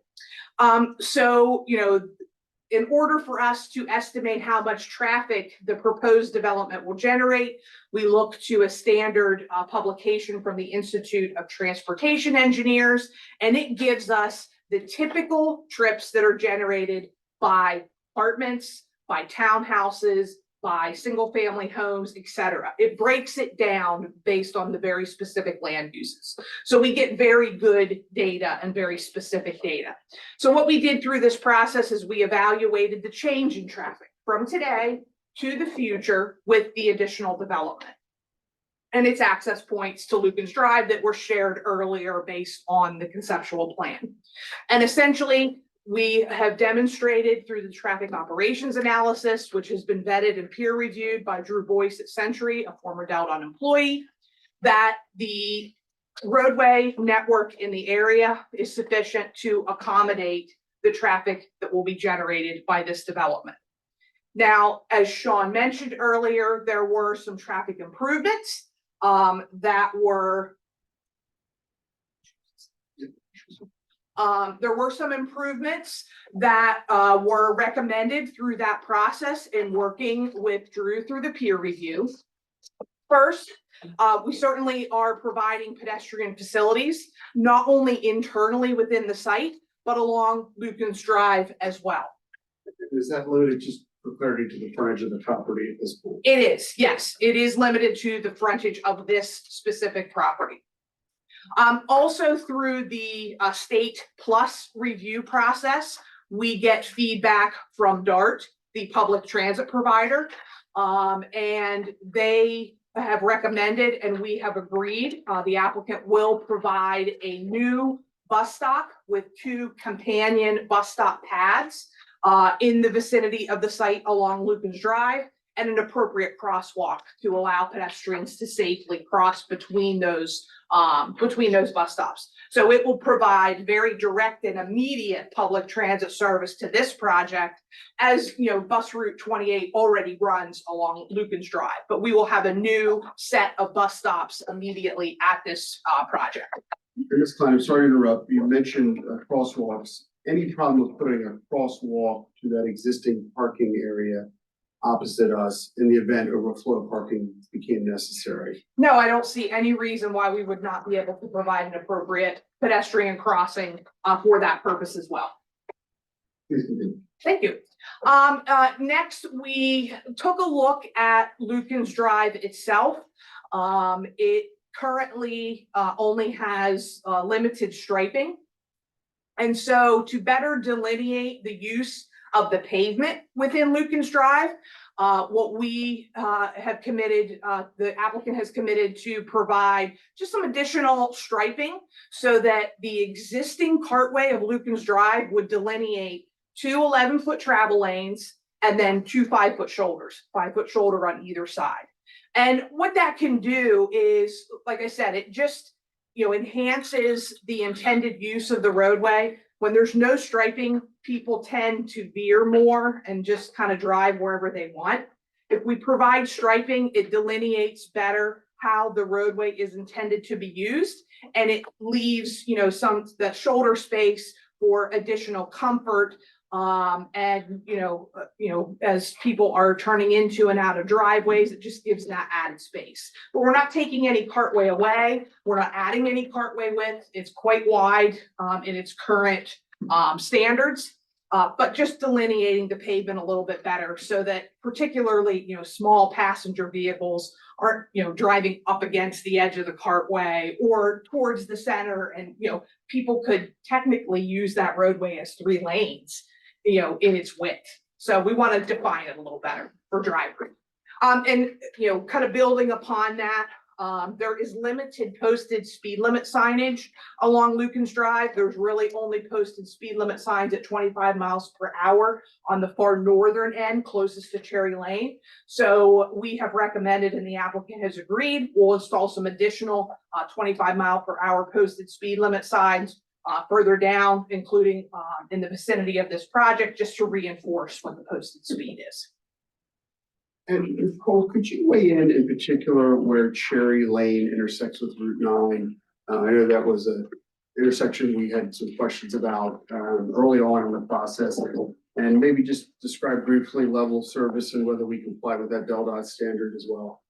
So at the intersection of Route 9 and Cherry Lane, that was part of our traffic impact study. And we did demonstrate that it currently meets the required level of service standards as DelDOT would prescribe them. And it will continue to meet those standards, with implementation and construction and occupancy of this project. Did they give you a grade on that intersection? We do, yes. Our study does include the grades. I will have to pull up the study, and I'm happy to do so and have it prepared to do so to answer that. Yeah, I didn't know if DelDOT had given you a grade. We actually, through our evaluation, studied the level of service grade. And they require level of service D or better. So it is level of service D or better, and it will stay level of service D. If you got D in school, how would that go?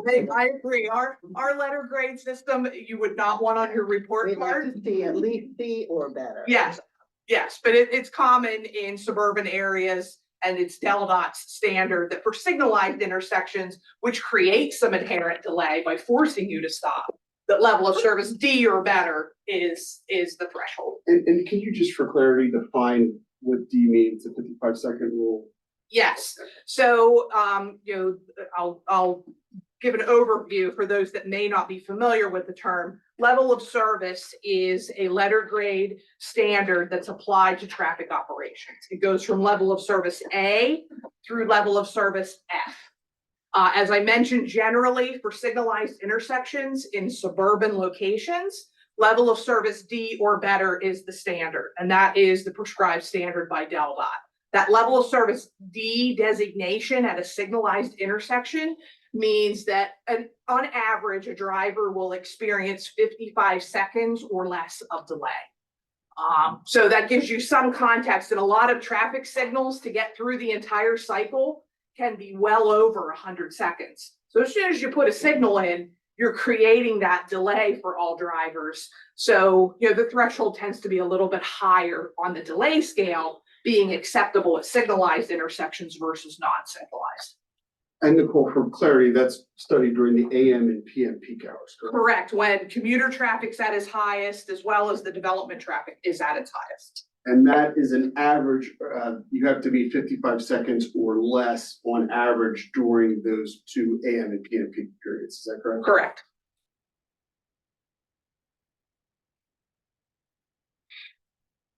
Right, I think, and there were other studies other intersection study as well as indicated on your chart, and those pass D or better too. Is that correct within DOLAT standards? Correct.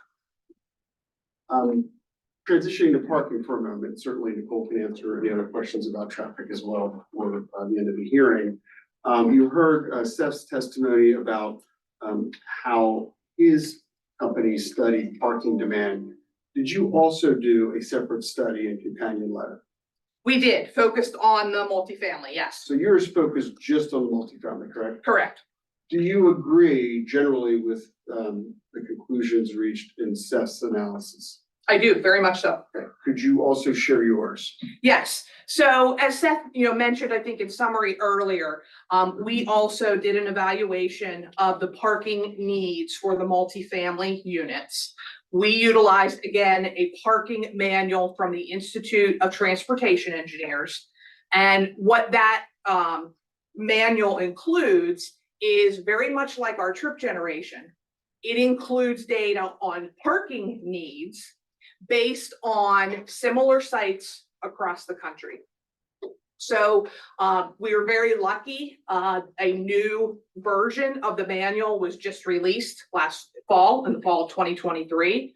So it is, the most up-to-date and recent information for the way that these types of sites and units are operating in real-world conditions today. And I will note that, there's a lot of things that can impact parking. For example, if there's close proximity to significant transit, like a rail station, this data doesn't include those types of units. This, the data is very specific. This is for data based on real world studies of parking needs at sites in very similar context to this development.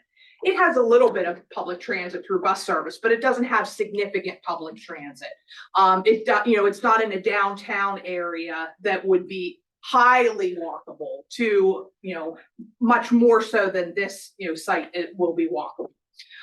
So, we very purposefully use the right data to evaluate this type of community. So based on the data from the Institute of Transportation Engineers on the parking demand, they do break it down by unit type. So we know that the peak parking demand based on the studies that they've collected for studio and 1-bedroom units is 1.27 spaces per unit. For 2-bedroom units, it's 1.59 spaces per unit. So when we aggregate that based on the number of units we have in each of those categories, we come up with a weighted average demand of 1.38 spaces per unit. So as Seth had mentioned, their data is showing 1.4 spaces per unit. So all the data is trending on the same numbers for these types of units in this type of setting, which is also very important. And in your opinion, looking at subsection or subparagraph G under 230-57B2, you believe this plan as presented tonight provides quote adequate parking figures? I do, yes. Okay. And that's based on your company's analysis of the parking demand for the residential in particular? Correct, the multifamily specifically. And did you, just for absolute clarity, also review Seth's report prepared by his company? I did. And you agree with his methodology and analysis as well? We do. Different data sets, very similar information, which is critical. Multiple data points telling us the same thing. Any questions for Ms. Klein? She's not going to leave either, but I'll offer the opportunity. Okay. Thank you. Very good. Mr. Tucker, I'd like to take about a 5-minute recess for people to get up, stretch their legs, utilize the loo if necessary, get another thing of water. About 5 minutes, please. Certainly. We have one more witness, so just manage your expectations. Thank you for your patience.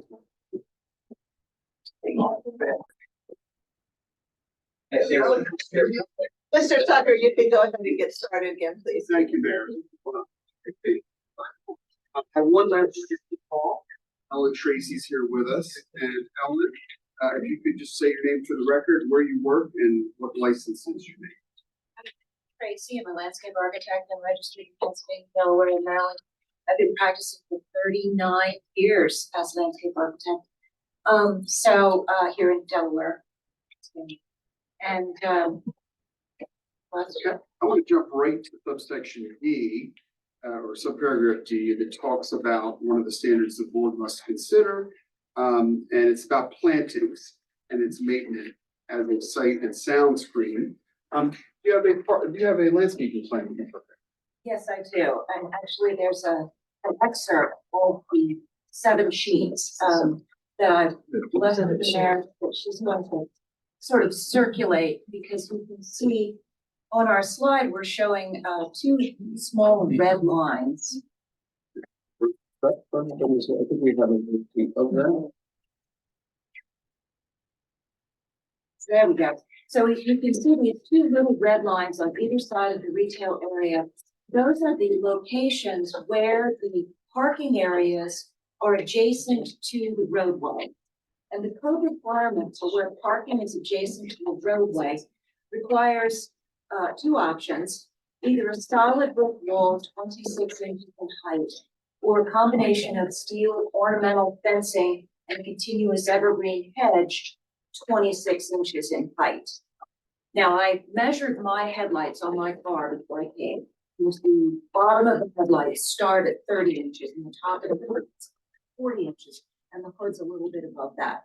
So a 26-inch high fence or hedge or wall will really not be very efficient at hiding cars, most definitely SUVs and trucks.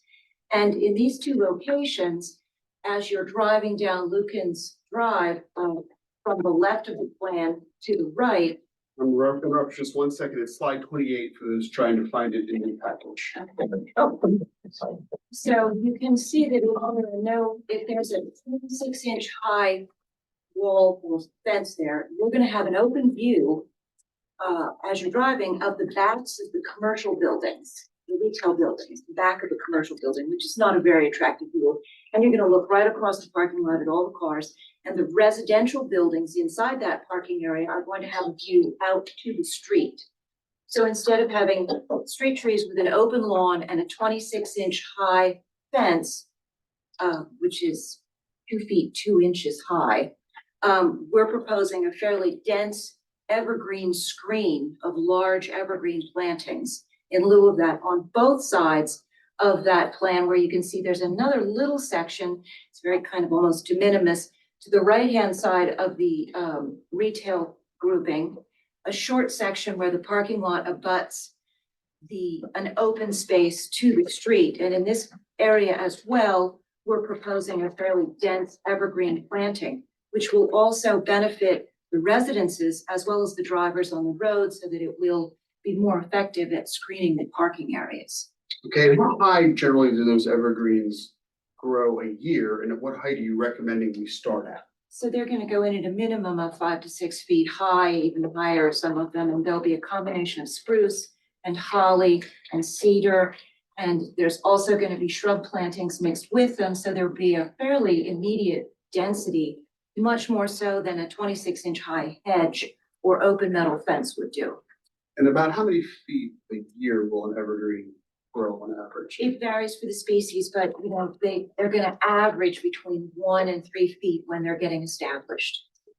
And in your opinion, is this a superior design in this particular context with this particular plan than what the code would have otherwise required?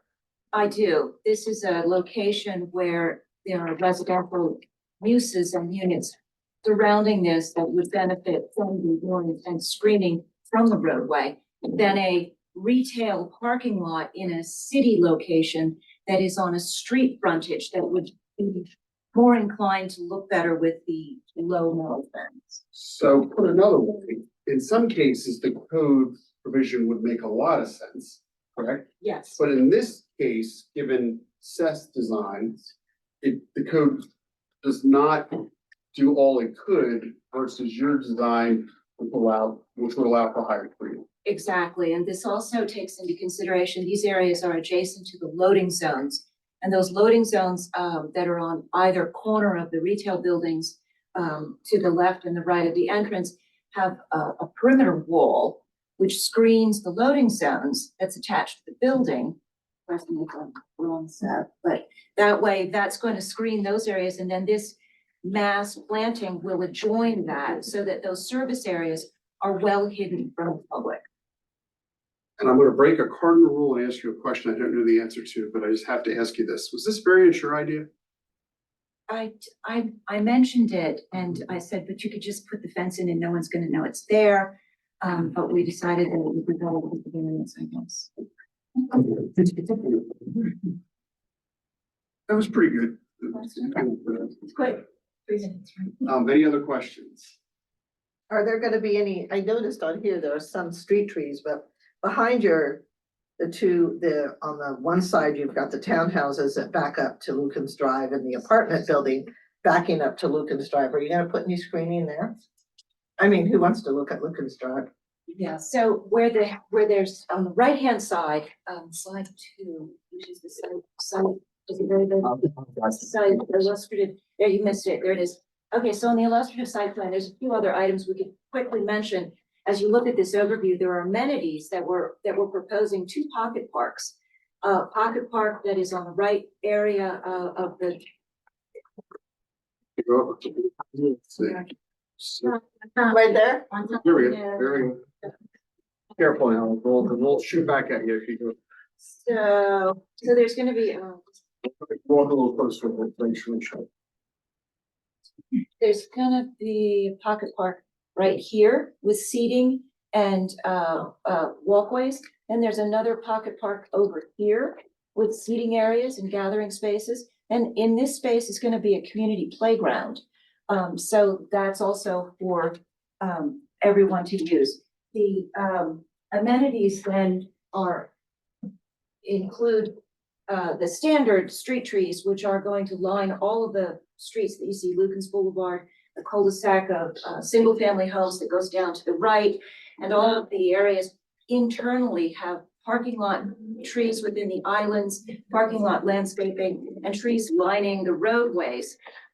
There is heavy screening to the left along Lucan's Drive where the twins are located, because those are the backs of the units.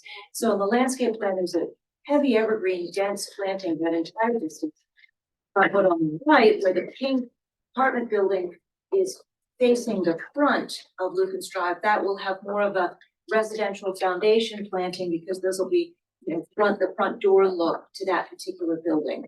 And then, of course, a colonnade of trees and plantings down the center retail area to really draw your eye to Seth's vision for the riverfront.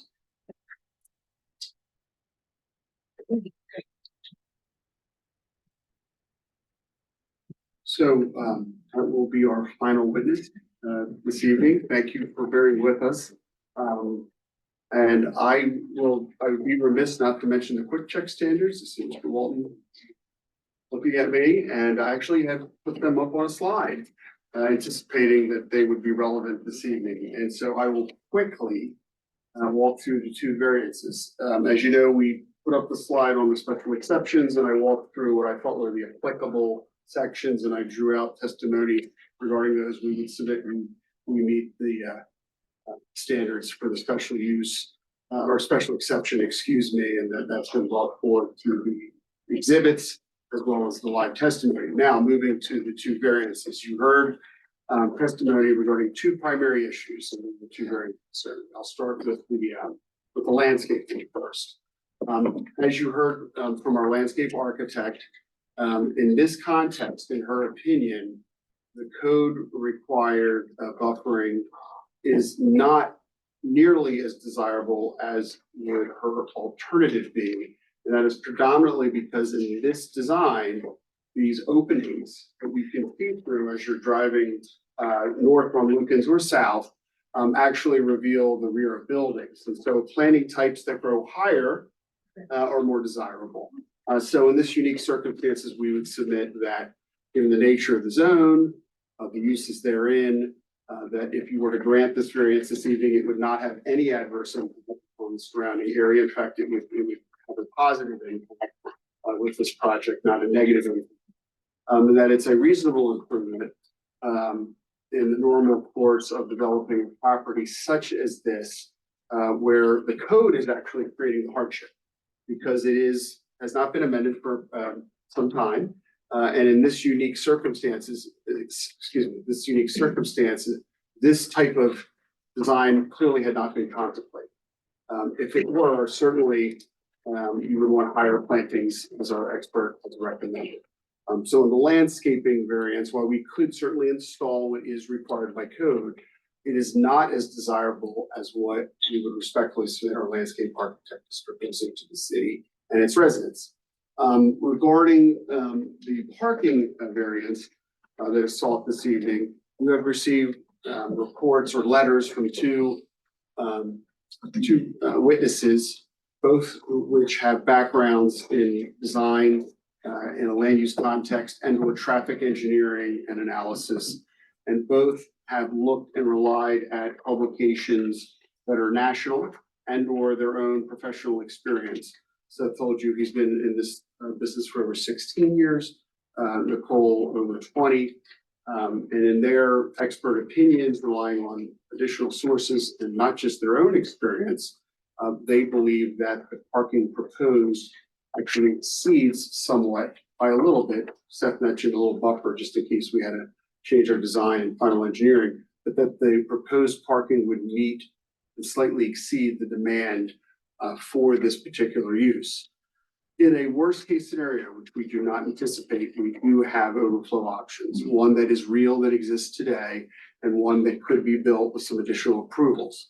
I will proffer to the board that if we run into a parking problem, my client certainly would understand any condition being placed on the variance this evening, perhaps that additional parking would need to be provided.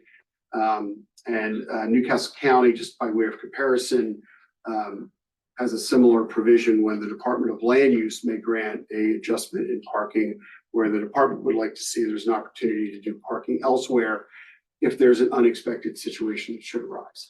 Fortunately, we have that ability here based on what's real and exists and what could be added with some additional code in the future.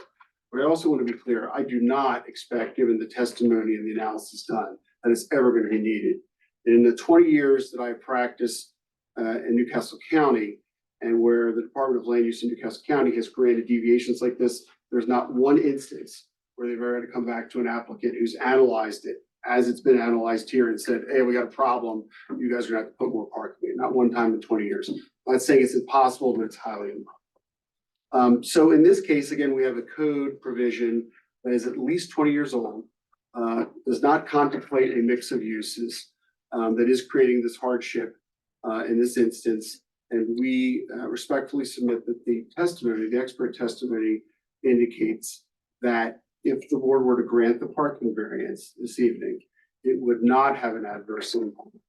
And we have the fail-safe of additional parking if it were to, if needed, which we believe is highly unlikely. And for those reasons, I would ask the board to grant the variances this evening, as well as the special exception based on the factors in the code that we walk through with our expert testimony and consultant testimony this evening.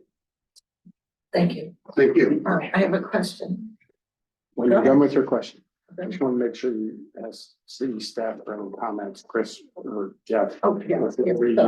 I just want to clarify this, the variances, I understand what they are. The special exception is what? Ask. Go ahead. I'm sorry. Yeah, so no problem at all. I just want to define. There's a lot of, yes, there are a lot of factors floating around here, so. I got the variances. Yep, so if you go. I think our question is, what is the special exception What is it for for specifically? Right, so in this case, and I'm gonna get you to the slide, and. So specifically, the special exception is to construct residential apartments on a portion of the property that was just rezoned to GC. So you could do commercial under the GC zoning that was approved by council, but to build the apartments on top, which is really the backbone of the project, we need the special exception. Gotcha. Very good. Just thinking that was part of the other, okay. Mr. Bergstrom, do you have any comments?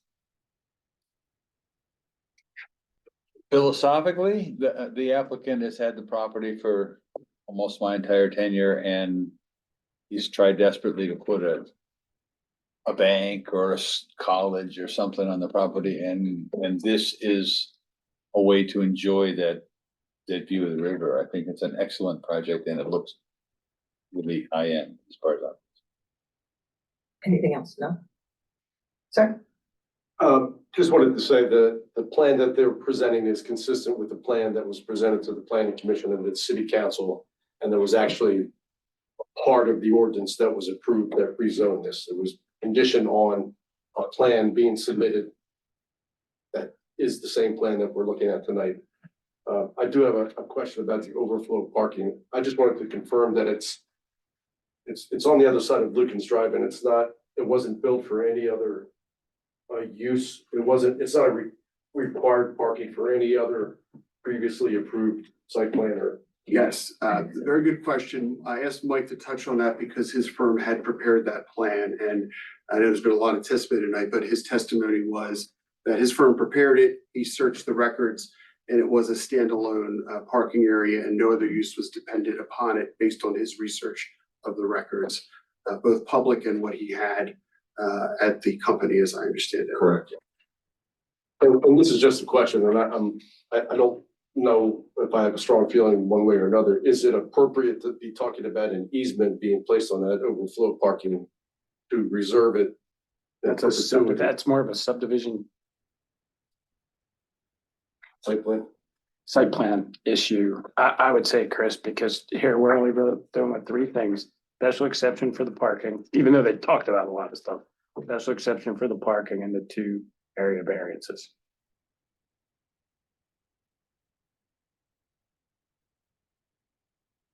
That could be a site plan. That Anything else, sir? And we've always had difficulty with that screening for the parking lot. It's always difficult to have that. A 2-foot, 2-inch. Yeah, it comes up every time, and it's always difficult to get that done. You know, we're in the middle of an industrial park and we're getting, brick walls put up around parking areas. Does any member of the board have? I didn't know we were being questioned. Go ahead. Okay, so I have 2 questions. The parking lot inside around the apartments, single family homes, is there lighting for those parking areas? Okay, and then, Yes, and then the overflow parking lot, if they should have to use it, is there lighting in that parking lot? I do not know the answer to that, and I'm not seeing any heads, but if that was a concern, Nicholas, would you have any, and you might need to come up here to answer someone, or get it on the record. Nicholas is here on behalf of the entity that owns the property. Yeah, I'm Nick Ferraro, Parkway Gravel. The answer is no. Okay, It was originally designed for an office space, like it's overflow for an office space. Those people are on their way out. They actually ended up going fully remote during COVID. So now they don't have a need for the space. So it's just an extra parking lot. And would you have any objection perhaps to a condition conceptually that would require lighting be added to that parking lot? No. Thank you. Okay. Is there any questions? I'm good. Yeah. I just hope, whatever we decide tonight, if there's a restaurant in there at that clubhouse that's highly successful, and you need more than 40 parking spots for the employees and the people who come to eat it, but, all right, so at this point, I would invite comments on the variances and special exception only. Anything? So, the variances to require, to allow 885 parking spaces. Although it's set for currently 897, and to allow the installation of an evergreen screen in lieu of the solid brick or still ornamental fence, and the special exception to as multifamily housing apartments in the area there at DC, which is the sand. Oh, we don't have that up there, which is the pink area. So if you'll please approach the podium, pro or con, and write your name. Introduce yourself, Sarah. Get my name, Ricky Smith. I'm president of the NAACP.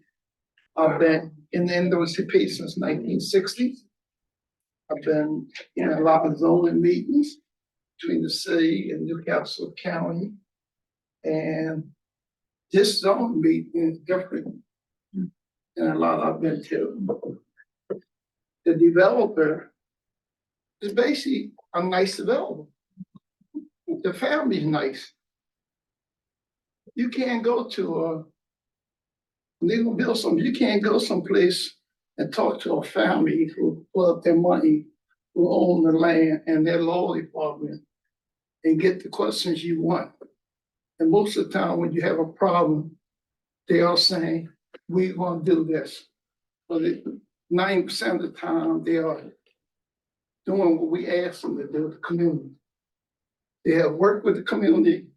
They have been in business for, I know 60 years, because I'm 76 years old.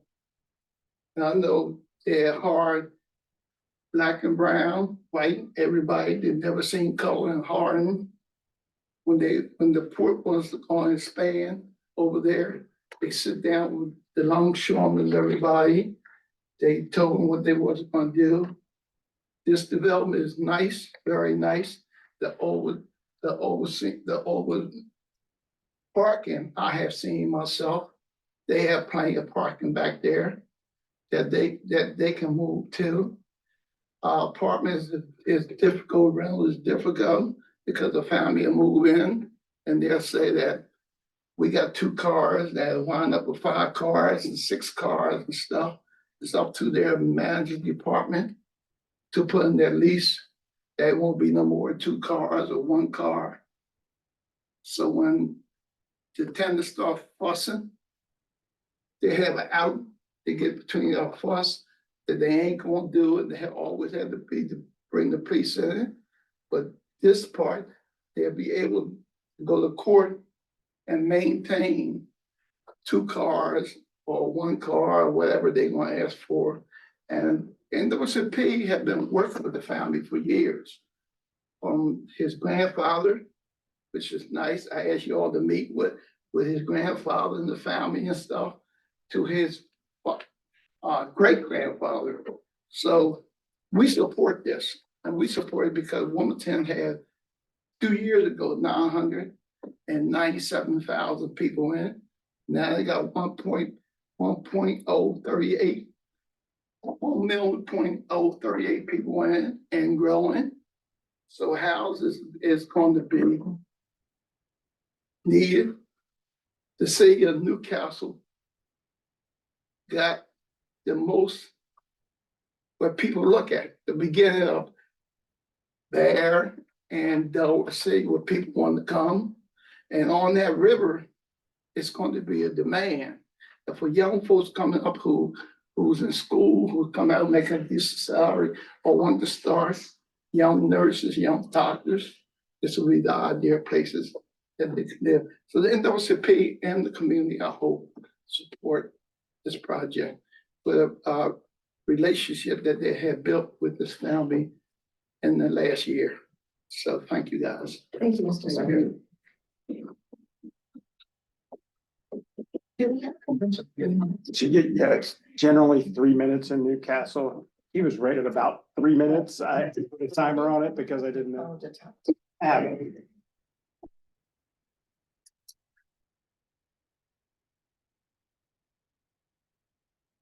Bill Gross, 1301 13th Street. First, I want to thank our chairperson. That was an excellent way of distributing the public comments, so the people that might have wanted to give a comment about a deck didn't have to stay. So thank you for initiating that. I just have to say, wow. I mean, we had a lighting business and I worked on many projects. And for years and years, I've never seen a developer work so closely with the community, including the community in every aspect of the decision-making. It was well vetted. And as everybody knows, I was vehemently against this project from day one. Through the process, they've convinced me that it's good. Again, the overflow parking, not only just not as an afterthought, but they even included in the thought process designating crossing areas.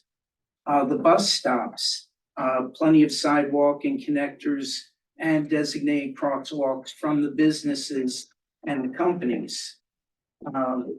I work on Lincoln's Drive and I can say, a lot of the process to, take that into consideration was done. The only question I have, and it's kind of goofy, but speed signage on Lincoln's Drive, who's gonna monitor it? Other than an honor system, but, again, if you don't put signage, it's a free-for-all anyway. Another question, with the playground on the back, kind of along the sidewalk, facing the river, has there been any thought to gate without, distracting from the view? To make sure the kids don't go, saying, oh, look at the oops. And then mother or father looking for their kid and they're already in Delaware City. Anyway, thank you.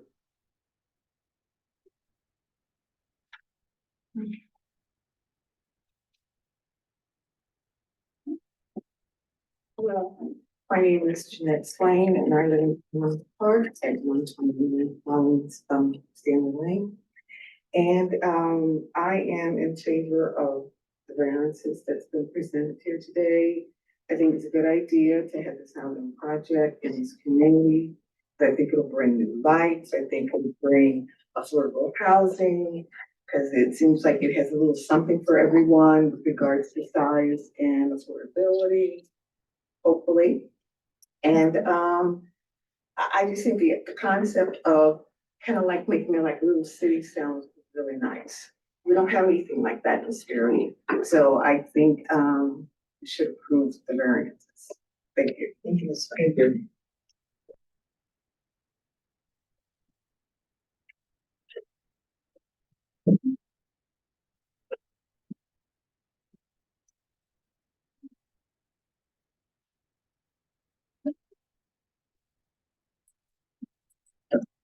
Sign it. Okay.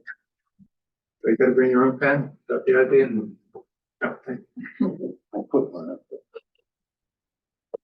Somebody took the pen, all right.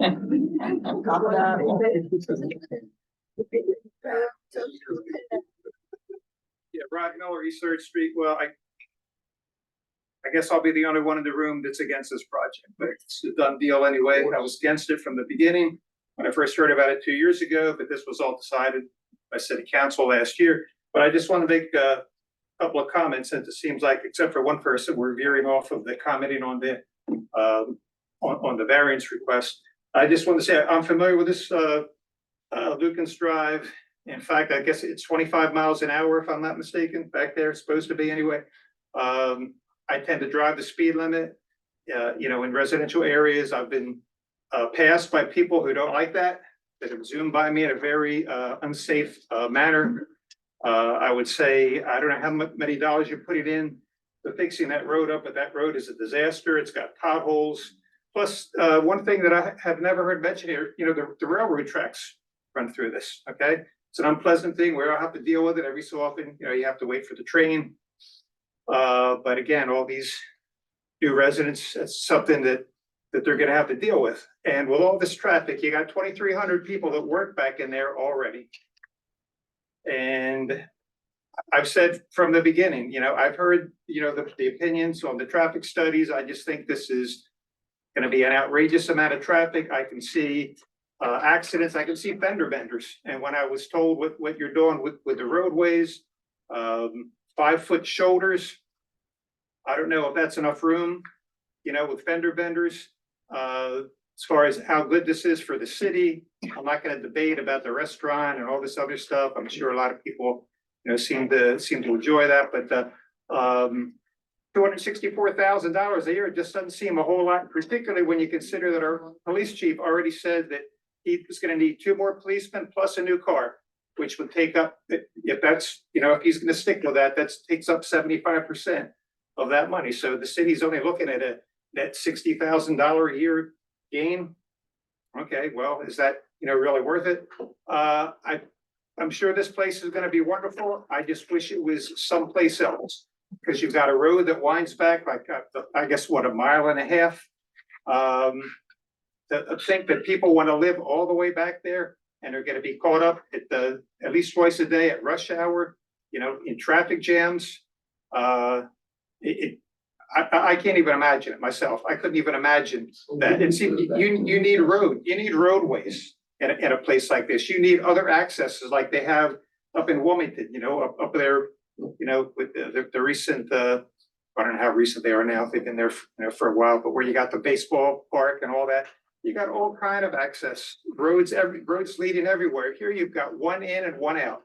As far as Buttonwood Drive goes, okay, it's only going to be in emergencies. Well, I contend that you know you face potential emergencies all the time for traffic, you know, for no other reason. Plus, it's such a small area. Again, somebody brought up about you know, who's going to monitor the speeding, who's going to monitor traffic. Well, our police, what are they going to be responsible for? Just that little area? Then you got the county and you got the state police. 3 minutes, Mr. Miller. Sorry. Oh, okay. I don't like the rude buzzer, that's why. Is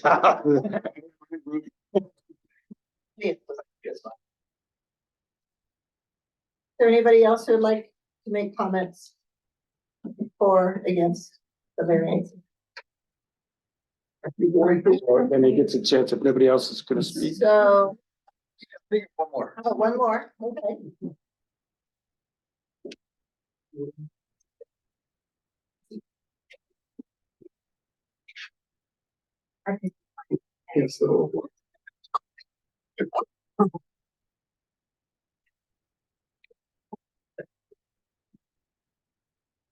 It's Dora Williams, and I think about Rose Hill Gardens, Route 9, right off of Route 9, and the gentleman that just spoke, he did bring up some. It doesn't work, you do that.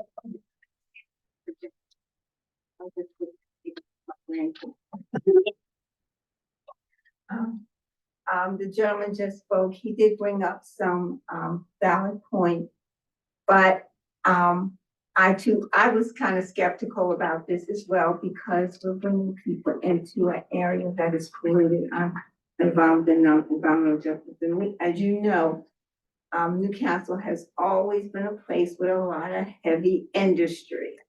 And it brings with it, asthma, COPD, and other things that, we have been doing research.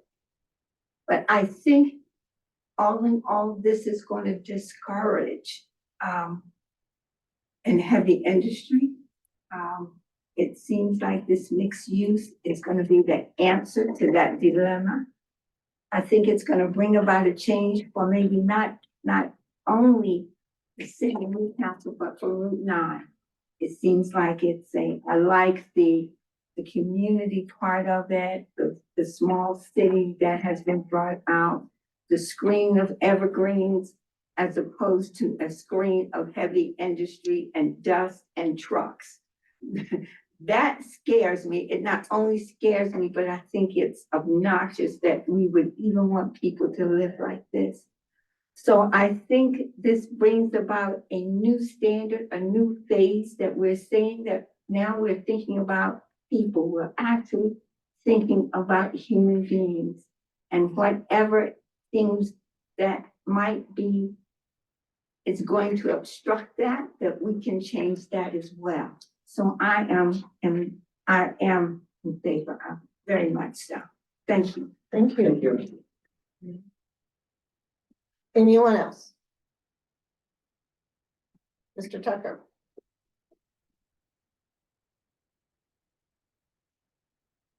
Is this all night for no reason? I'll try to be brief. So as you may recall, the alternative use of this site that was permitted by right would have been the logistics center.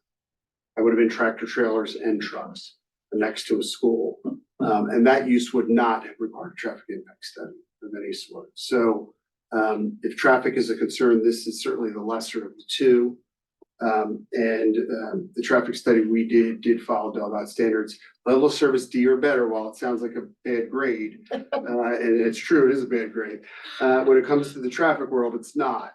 As Nicole had testified, the standard for D is a delay of not more than 55 seconds over the peak hour periods on average. That is not a traffic jam.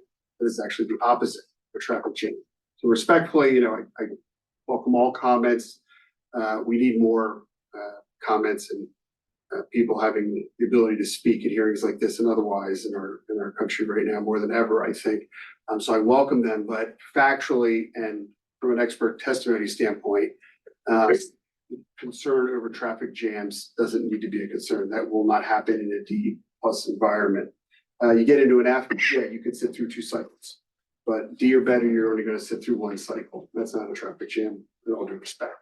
The rail crossing, yes, there could be a train that passes by that would cause some delay. That is not something that is generally regulated in my experience. We didn't hear any complaints from the school folks in that regard. I'm not aware of any problems they've had, but certainly there could be some temporary periods of delay because of the railroad crossing being used. But in an emergency, law enforcement and fire departments or fire stations will have the ability to open that up if there were a problem. Hopefully there never is. Regarding fences, certainly something we could talk more about during the subdivision process when we have to go back to the planning commission, which is where we would go from here for final site plan. But one of the things that DNREC actually does is stormwater management, for example. They do not want fences around stormwater management. If you think about all the ponds you drive by or see in communities, no fences. Here's why. Is at first blush, you think, well, that fence would be good to protect the children from maybe small children from going around the pond or falling into the pond. In DNREC's opinion, and this has been the policy for at least 20 years I've been doing this, what happens is the children are very good at getting over the fence. The adults are not. So you create this almost an attractive nuisance with the fence. The kids go over the fence and the adults can't get over the fence to get to a child. So the general policy, at least from DNREC, has been don't put up fences where you need to maybe get to a child quickly. But we're certainly happy to revisit the fencing concepts we heard tonight during the subdivision process that will continue in front of the planning commission. And lastly, you saw the letter that in the packet that I had sent to the chief following a meeting with him. What he had actually shared with me was this actual project gives him additional standing to bring in an additional officer. In other words, there's already a partial need, as he explained it to me when I met with him. This additional money will help hire that extra person. It's not going to fund that extra person exclusively, but there's already an existing need that he explained, and he was actually contemplating changing the patrol a little bit as well if he were to get this additional officer. But this project, if approved, will add some additional money into that pot that will help him justify an additional officer. So my interaction with him was all positive. He did not see this as a negative to the force, but they actually help justify financially another officer and equipment and things that go along with that new position. So I think those were the key concerns I'd heard. I don't know if I missed anything more. I covered.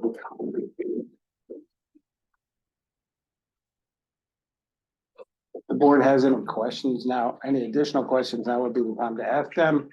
Otherwise, Madam Mayor, you will close the public hearing at this time.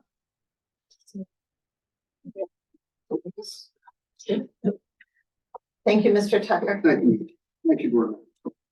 Close the public hearing at this time. Now, do we consider each variance on its own? Yeah, Do we so make- I'm gonna, if you don't mind. No, please. I'm gonna prescribe an order. Thank you. I would suggest that you deal with the special exception first. Because. So the special exception is 230-57-2, and there's all those factors in there. It'd be very difficult to go through the factors. Each one, you did hear testimony about all the factors.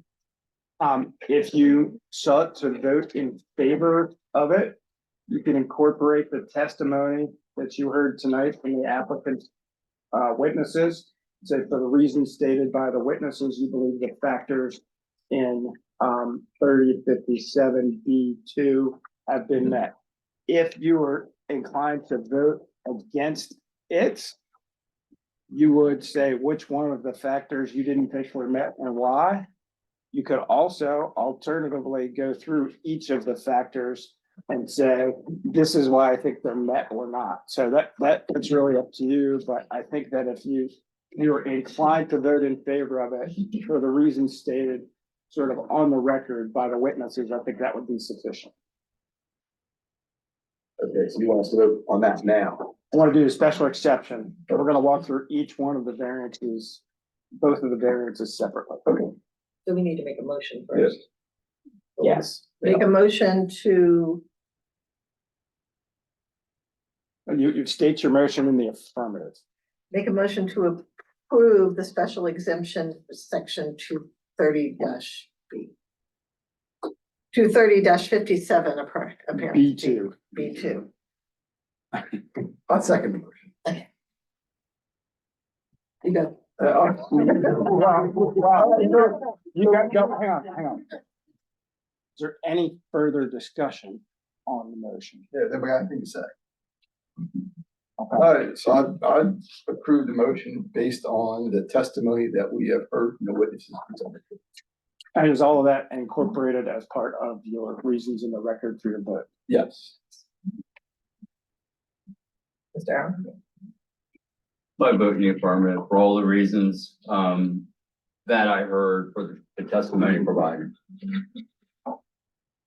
I also agree and approve on, the testimony that has been provided. And that's all incorporated, it's all incorporated in the I approve.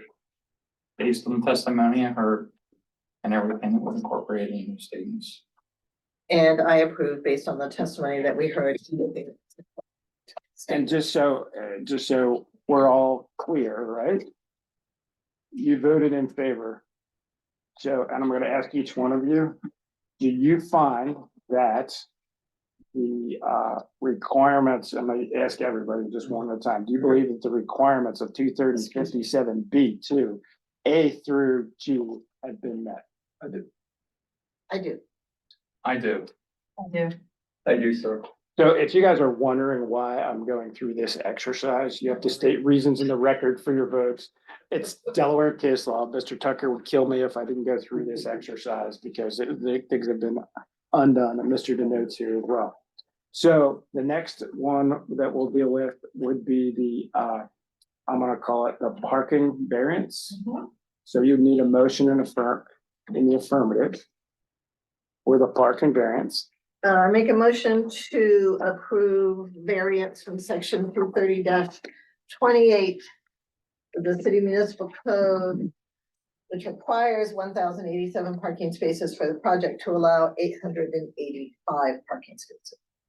Can we put a condition on this? So you have a motion on the second and further discussion. Is there a second? I'll second the motion. Yeah. Further discussion. Okay, so my question is, can we put a condition on it that we approve that with the exception of that overflow parking lot?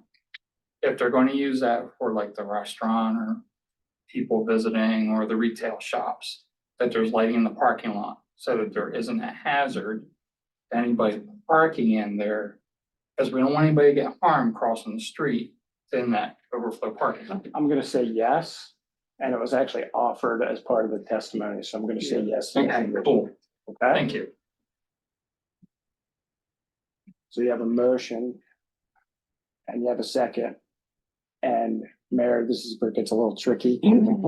It's approving it with the So I condition. So I think what we need to do, we have a motion and a second, right? And we have an offer of a condition. So I think we would need a motion to approve the condition proposed. Do I have a motion to approve the condition proposed? I'll make the motion. Motion, we have a second. And we got a second. And I think you could just do an all in favor on All that. in favor? Aye. We have a motion to approve with the condition of the lighting of the parking lot, if that secondary parking lot is used as the motion. So then we have, is there any further discussion? No. Okay, so this is a quick check. This is an area variance, right? Yes. So we're gonna use those same factors. So when you go to use the factors, would you like to begin? Okay, so. We have to pull out our cheat sheets. Yeah, cheat sheet, right? So the nature of the zone which the property lies. Well, does that apply here? Because it, It's a little funny on this one, but Yeah. it is, I mean, you could make a final if you so chose. That, that the nature, because it's multifamily and it's those kind of things, that it is in the nature of the zone. so if we say it's in the nature of the zone, so it's not unreasonable, it would be that we're saying the condition of the project demonstrate the zone is not reasonable and applied. So if you apply the condition now, right, that requires more parking, then you would have, then I'm trying to think how to word it. I'm not doing too good with it. I'm struggling with it a little bit here. Because he just, so I don't think there's anything that, So may I I'm start struggling, with yeah, what his argument Yeah. was? I'm not looking at them because I'm just seeing it based on my minutes. But the applicable was that the code as it's framed right now, Yeah. right, is in and of itself is in and of itself an issue because not that much parking is needed based on the studies that have been done. well, it's also that the DG zoning is 1.5 parking spots per unit anyway, right? So the other parts of the code are kind of contradictory to this part of the code, so. So I find that yes, we can allow this variance because it is unreasonable to make them do two parking spots per unit as opposed to 1.5, 2 for the single family homes and 1.5 for all the multifamily homes. And that creates the exceptional practical difficulty. Yes. Okay. It says the other thing, the character of the immediate vicinity and use therein. This is kind of unique to this area, right? There is no residential area there now. So now it's all commercial and industrial. So, but I don't see how this is going to affect that. And I think that's fine for this situation. I think if the restriction not removed for the property, not remove such a removal would seriously affect the neighborhood and properties. I don't think it's going to have any effect on the neighboring properties because they're not neighborhoods, right? So the only thing is that they've got a method to control any overflow parking. So people aren't going to be parking on Lucan Street, Lucan's Drive. So I think that's okay. And this one, you got to coach me through this one. It's number 4. I just cannot see. But yeah, we actually already talked about the exceptional practical Okay, difficulties. okay. Okay, wrap that into one. So what is your vote? Is My vote is to approve the variance for the reasons you for the just reasons said. I just stated in a very roundabout way. I vote to approve, for the reasons that, were just recently stated Or articulated. and Articulate. articulated. I don't You know about articulated. articulate. Oh, it's stumping Mr. the ball. Zor clearly articulated it and that. I approve based on statements made by Mr. Zor, and I agree with everything that was said. I approve for the reasons stated and agree with everything stated in the testimony. And you're incorporating that into your reasons in the record. And I'm writing that into my reasons. I agree for the reasons stated and articulated by Mr. Thorne. So then it's approved. So we have one more variance to go and that Yeah. deals with the landscape. We have to go through that too. So do I have a motion to approve the variance in section 230-28G1AB of the City of Newcastle Municipal Code to allow the installation of an evergreen screen in lieu of a solid brick or steel ornamental fence? A motion. Motion. Second, Second. let's start with you on that. Further discussion. Oh, further discussion. Sorry. No further discussion, No. and then we have to have articulation of the reasons in the record for the vote. So let's go through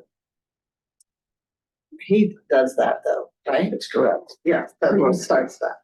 We're gonna go on this end now, because Steve's Okay. been on. We're gonna start with Mr. right here. So the 4-prong analysis, the nature of the zone in which the property lies, the conclusion of that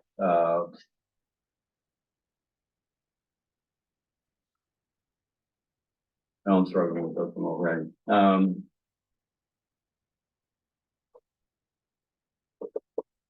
So let me ask you some questions. Sure, Okay, okay. help you get through this. Yes.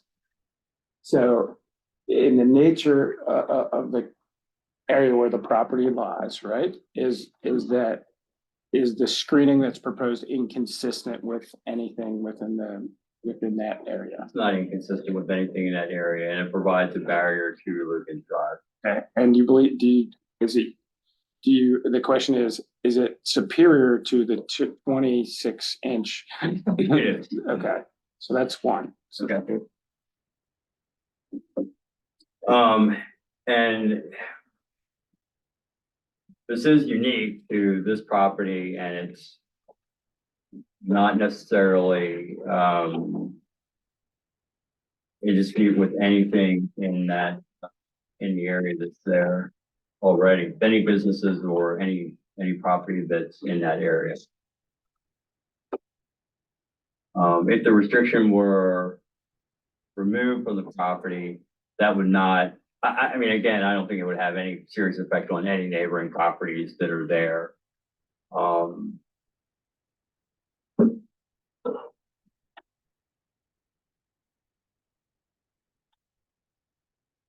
And the same applies for if the restriction is not removed, this restriction is not gonna, it has no impact on any properties that are in there. do you find that there's exceptional practical difficulty because the way the current code works, the screening would be improper or insufficient with just a 2-foot wall? I do think it's insufficient with the 2-foot wall. And my question is just going based upon the testimony. Do you find that based upon the testimony presented that an evergreen screen would better sort of screen the loading docks and things of that? It would better screen the loading docks and the property.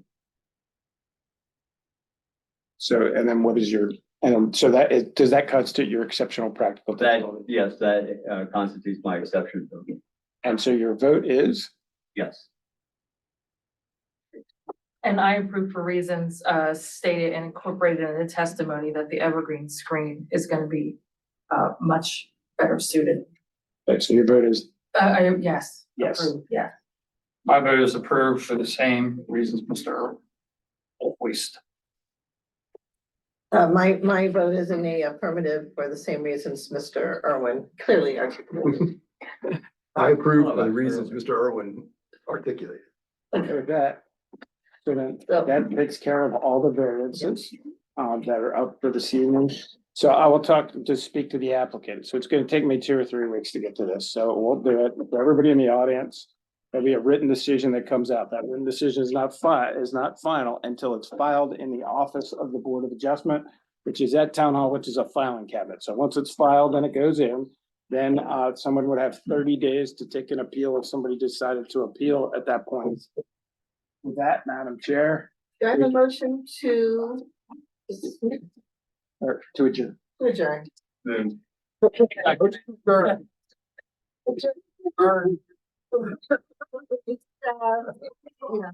you all. For your time and effort. Well, this belongs to this young lady there.